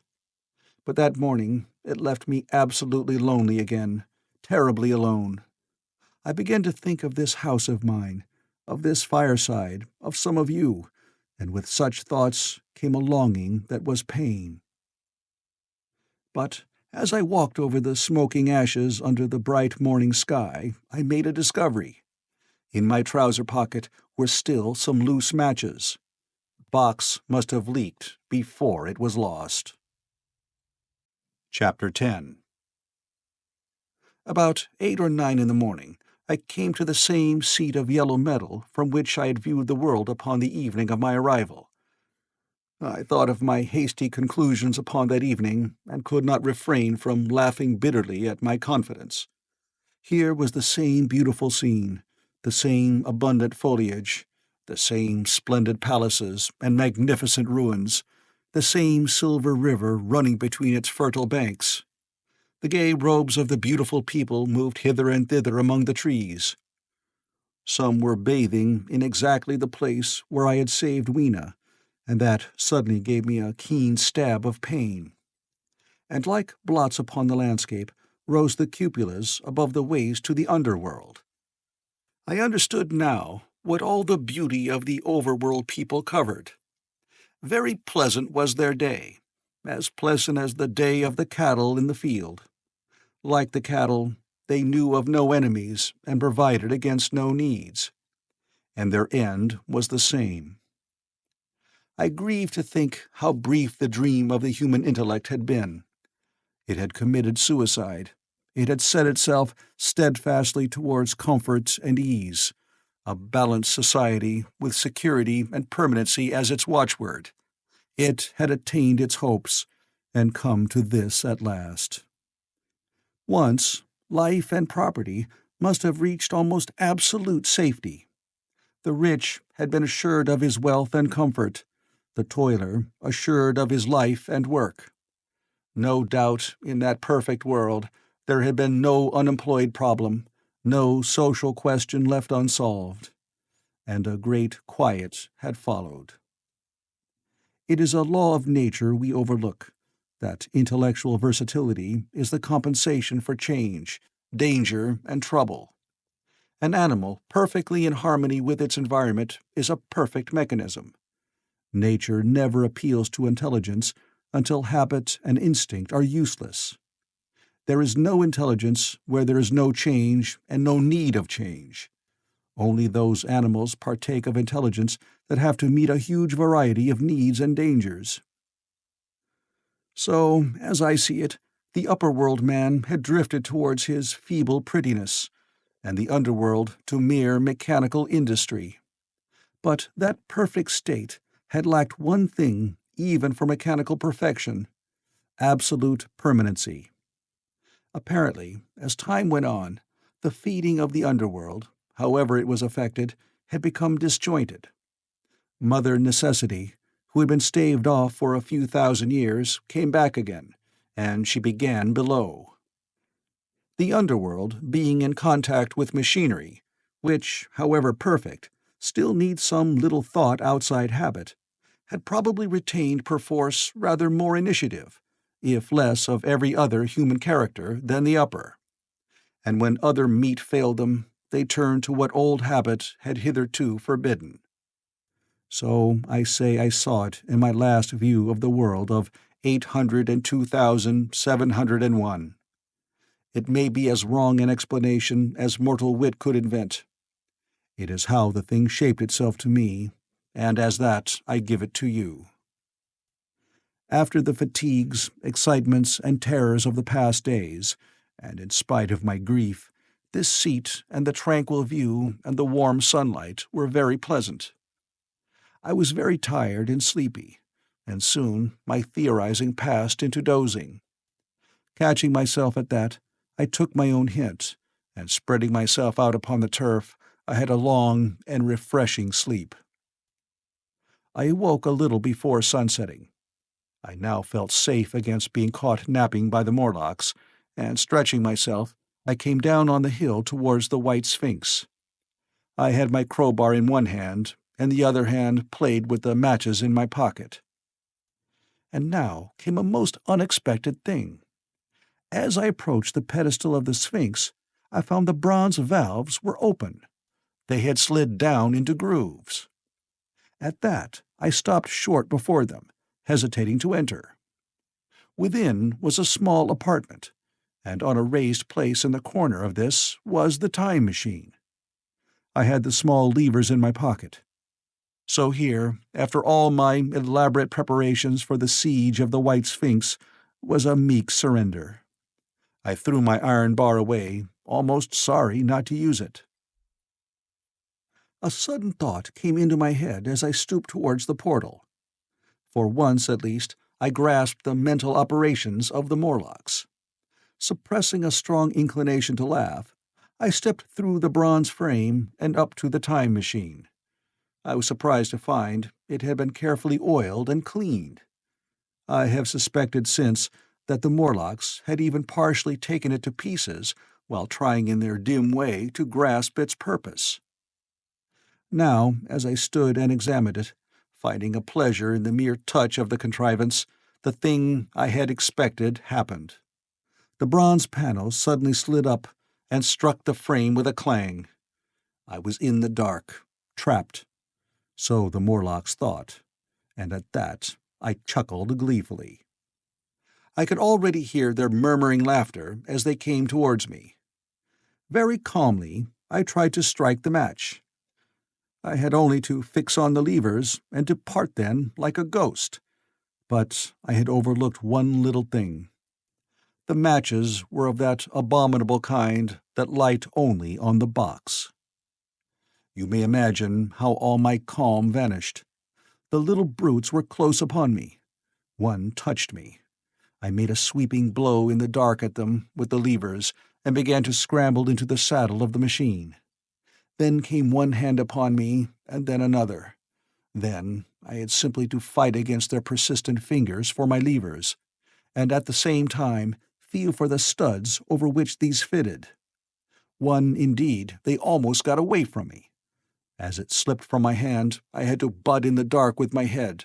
I could hear the Morlock's skull ring to recover it. It was a nearer thing than the fight in the forest, I think, this last scramble. But at last the lever was fitted and pulled over. The clinging hand slipped from me. The darkness presently fell from my eyes. I found myself in the same grey light and tumult I have already described. Chapter 11. I have already told you of the sickness and confusion that comes with time traveling, and this time I was not seated properly in the saddle, but sideways and in an unstable fashion. For an indefinite time I clung to the machine as it swayed and vibrated, quite unheeding how I went, and when I brought myself to look at the dials again, I was amazed to find where I had arrived. One dial records days, and another thousands of days, another millions of days, and another thousands of millions. Now, instead of reversing the levers, I had pulled them over so as to go forward with them, and when I came to look at these indicators, I found that the thousands hand was sweeping round as fast as the seconds hand of a watch, into futurity. As I drove on, a peculiar change crept over the appearance of things. The palpitating grayness grew darker. Then, though I was still traveling with prodigious velocity, the blinking succession of day and night, which was usually indicative of a slower pace, returned, and more marked. This puzzled me very much at first. The alternations of night and day grew slower and slower, and so did the passage of the sun across the sky, until they seemed to stretch through centuries. At last, a steady twilight brooded over the earth, a twilight only broken now and then when a comet glared across the darkling sky. The band of light that had indicated the sun had long since disappeared, for the sun had ceased to set. It simply rose and fell in the west, and grew ever broader and more red. All trace of the moon had vanished. The circling of the stars, growing slower and slower, had given place to creeping points of light. At last, some time before I stopped, the sun, very red and very large, halted motionless upon the horizon, a vast dome glowing with a dull heat, and now and then suffering a momentary extinction. At one time, it had for a little while glowed more brilliantly again, but it speedily reverted to its sullen red heat. I perceived by this slowing down of its rising and setting that the work of the tidal drag was done. The earth had come to rest with one face to the sun, even as in our own time the moon faces the earth. Very cautiously, for I remembered my former headlong fall, I began to reverse my motion.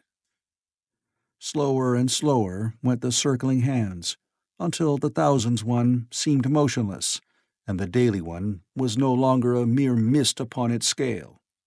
Still slower until the dim outlines of a desolate beach grew visible. I stopped very gently and sat upon the time machine looking round. The sky was no longer blue. Northeastward it was inky black, and out of the blackness shone brightly and steadily the pale white stars. Overhead it was a deep Indian red and starless, and southeastward it grew brighter to a glowing scarlet, where, cut by the horizon, lay the huge hull of the sun, red and motionless. The rocks about me were of a harsh reddish color, and all the trace of life that I could see at first was the intensely green vegetation that covered every projecting point on their southeastern face.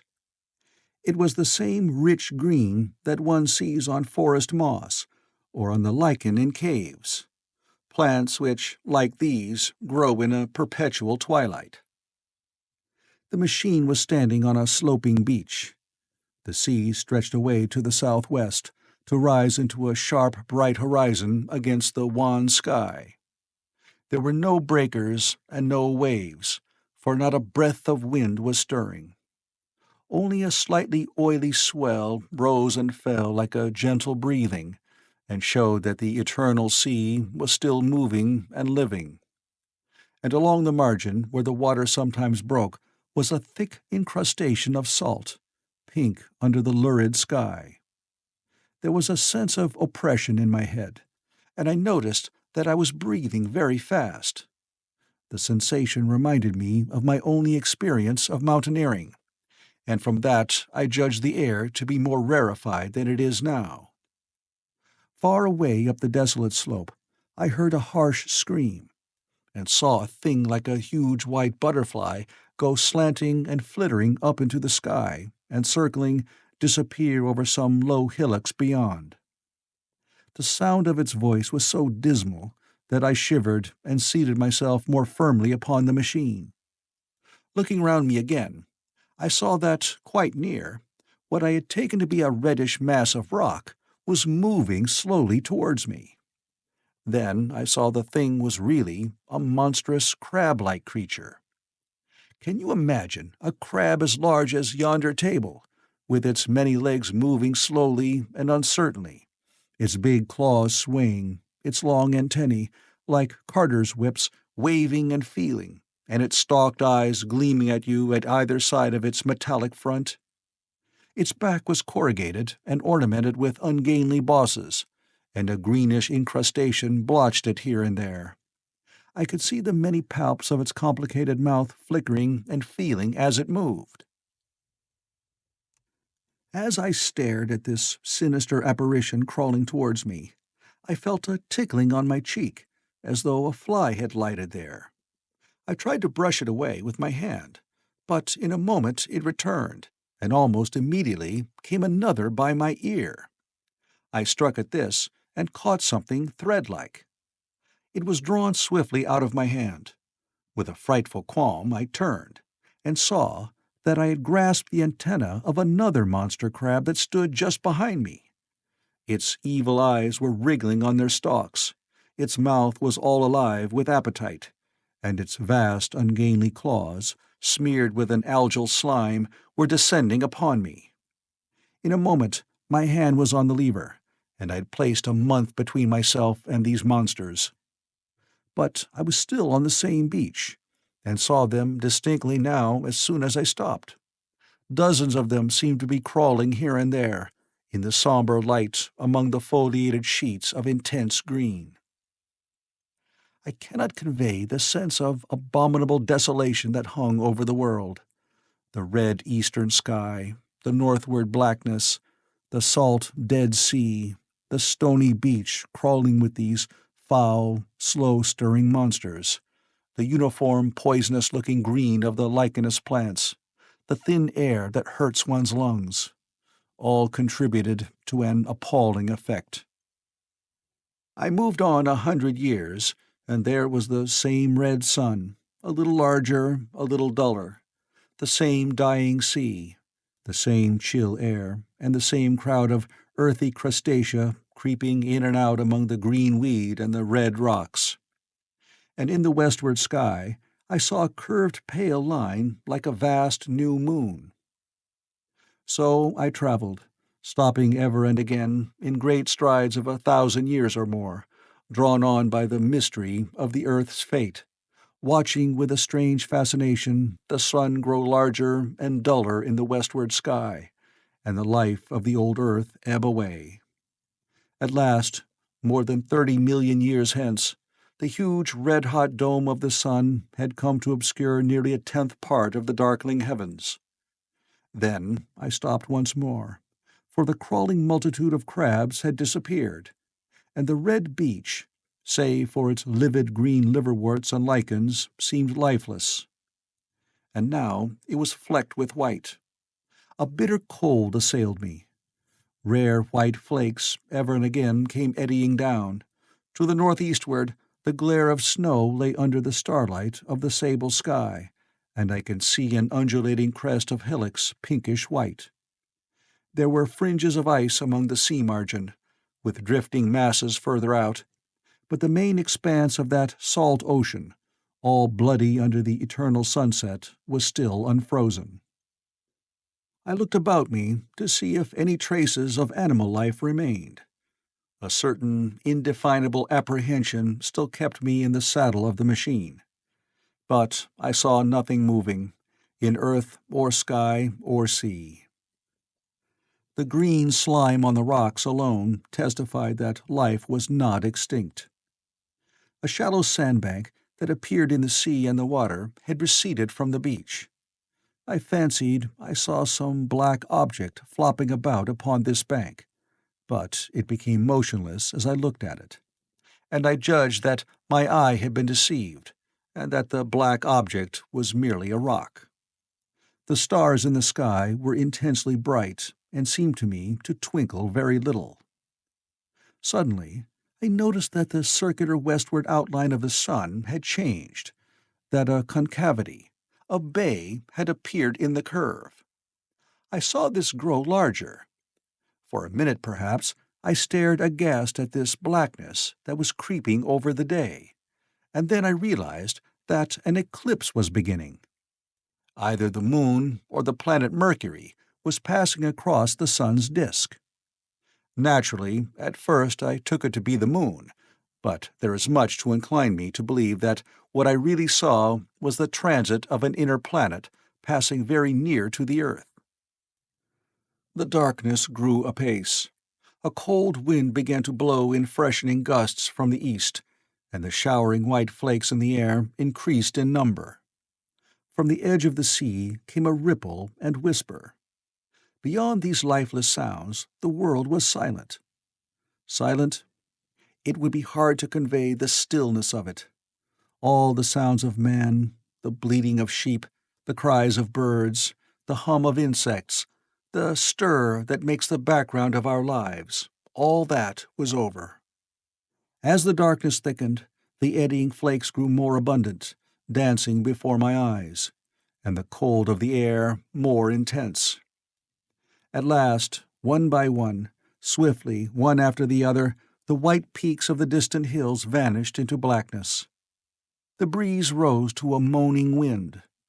I saw the black central shadow of the eclipse sweeping towards me. In another moment, the pale stars alone were visible. All else was rayless obscurity. The sky was absolutely black. A horror of this great darkness came on me.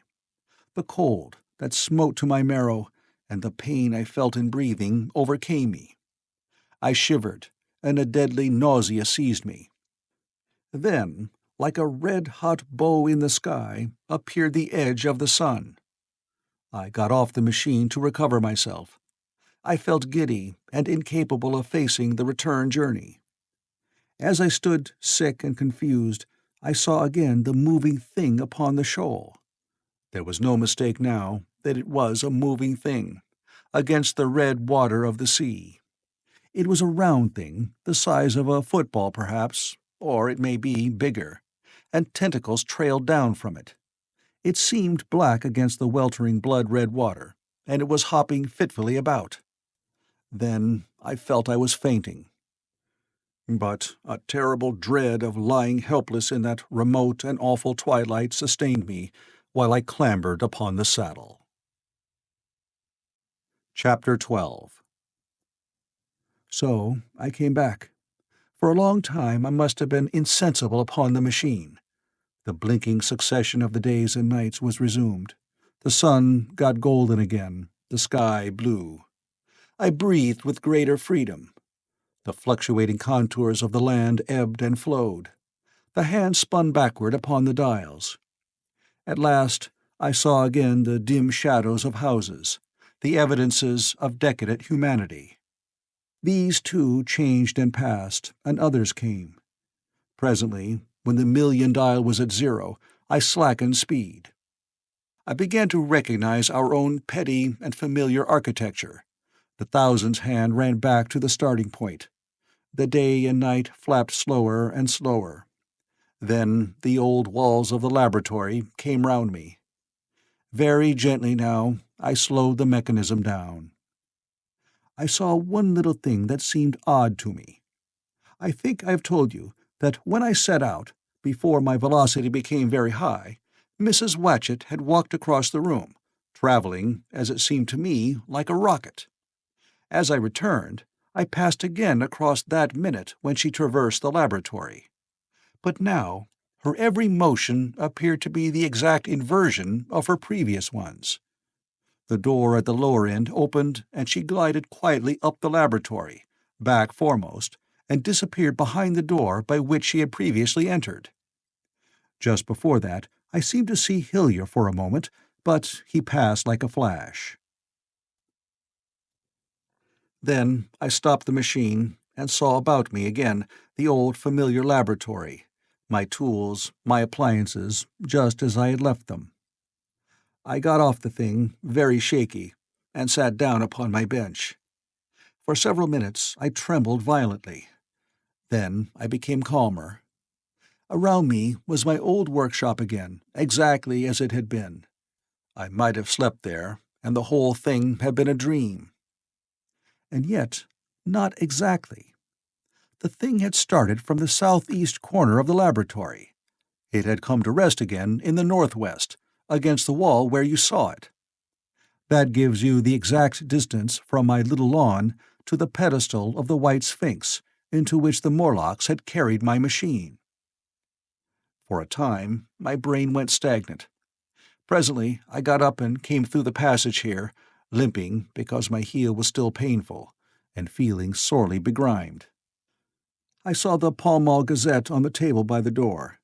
I found the date was indeed today, and looking at the timepiece, saw the hour was almost 8 o'clock.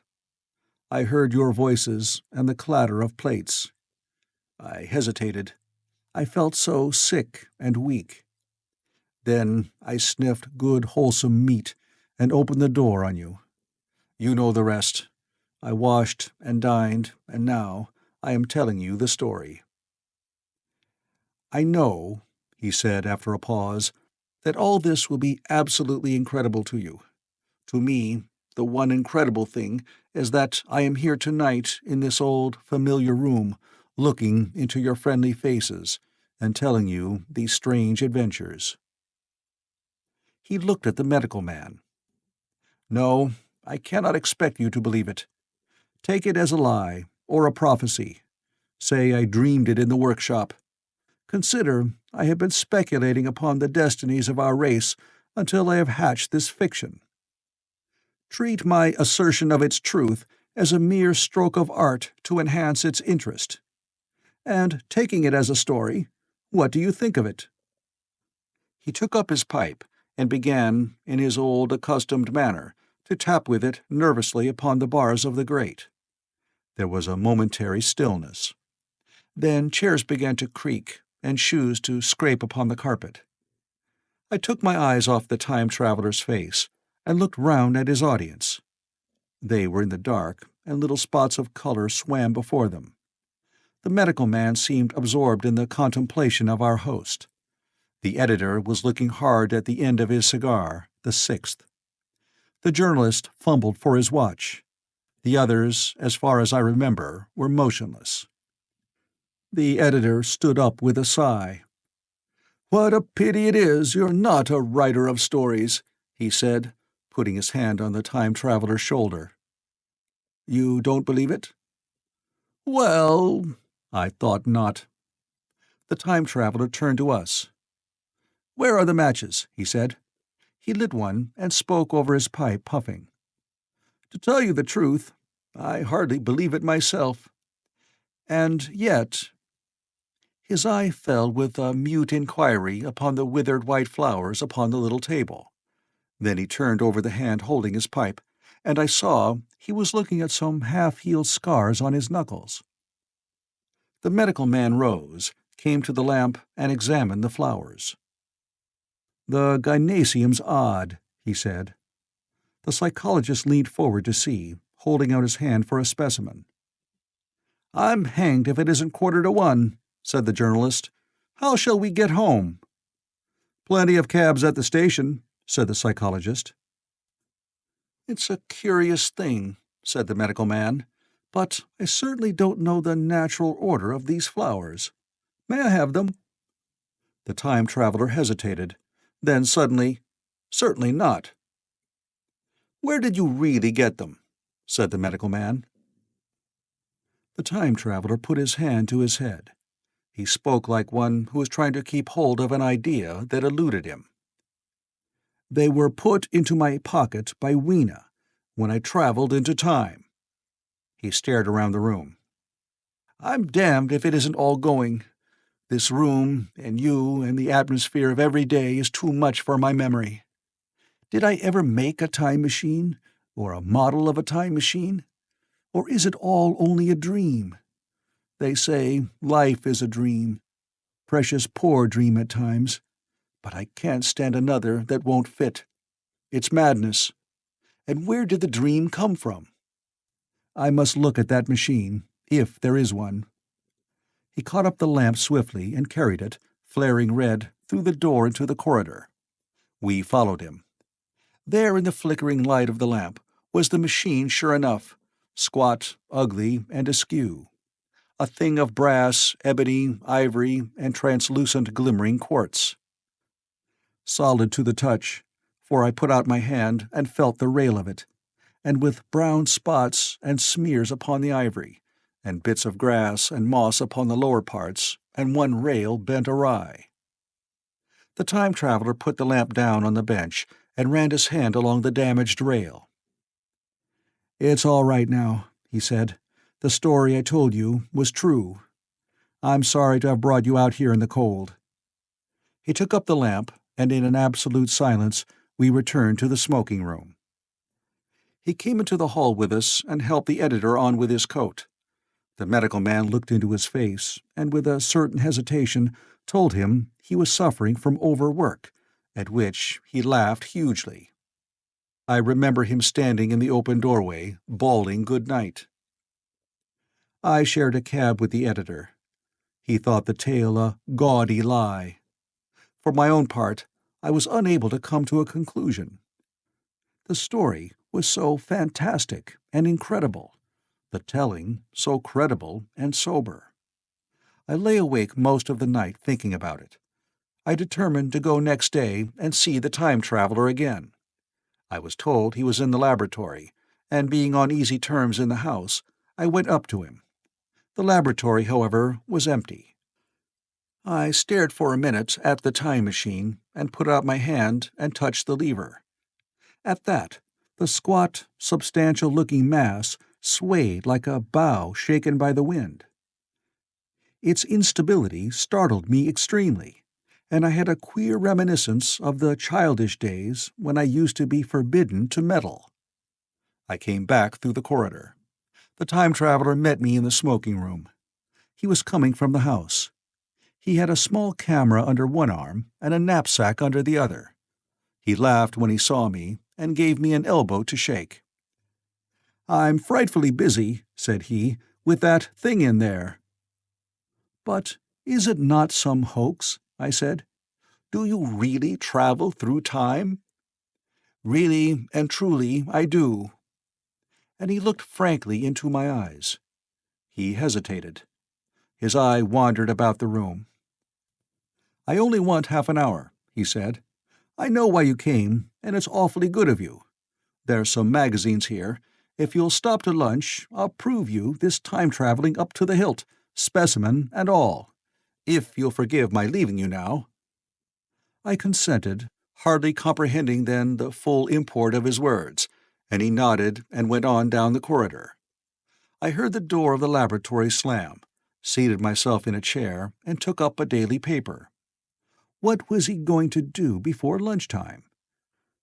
Then suddenly I was reminded by an advertisement that I had promised to meet Richardson, the publisher, at 2. I looked at my watch and saw that I could barely save that engagement. I got up and went down the passage to tell the time traveler. As I took hold of the handle of the door, I heard an exclamation, oddly truncated at the end, and a click and a thud. A gust of air whirled round me as I opened the door, and from within came the sound of broken glass falling on the floor. The time traveler was not there. I seemed to see a ghostly, indistinct figure sitting in a whirling mass of black and brass for a moment, a figure so transparent that the bench behind with its sheets of drawings was absolutely distinct. But this phantasm vanished as I rubbed my eyes. The time machine had gone. Save for a subsiding stir of dust, the further end of the laboratory was empty. A pane of the skylight had, apparently, just been blown in. I felt an unreasonable amazement. I knew that something strange had happened, and for the moment could not distinguish what the strange thing might be. As I stood staring, the door into the garden opened, and the manservant appeared. We looked at each other. Then ideas began to come. "Has Mr. gone out that way?" said I. "No, sir. No one has come out this way. I was expecting to find him here." At that I understood. At the risk of disappointing Richardson, I stayed on, waiting for the time traveler, waiting for the second, perhaps still stranger story, and the specimens and photographs he would bring with him. But I am beginning now to fear that I must wait a lifetime. The time traveler vanished 3 years ago, and, as everybody knows now, he has never returned. Epilogue. One cannot choose but wonder. Will he ever return? It may be that he swept back into the past, and fell among the blood-drinking, hairy savages of the age of unpolished stone, into the abysses of the Cretaceous Sea, or among the grotesque saurians, the huge reptilian brutes of the Jurassic times.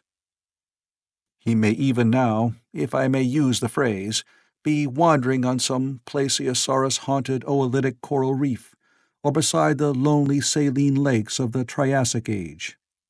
Or did he go forward, into one of the nearer ages, in which men are still men, but with the riddles of our own time answered and its wearisome problems solved?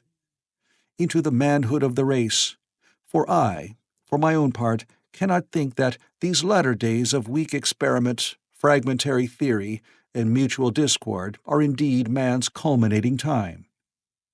I say, for my own part, he, I know, for the question had been discussed among us long before the time machine was made, thought but cheerlessly of the advancement of mankind, and saw in the growing pile of civilization only a foolish heaping that must inevitably fall back upon and destroy its makers in the end.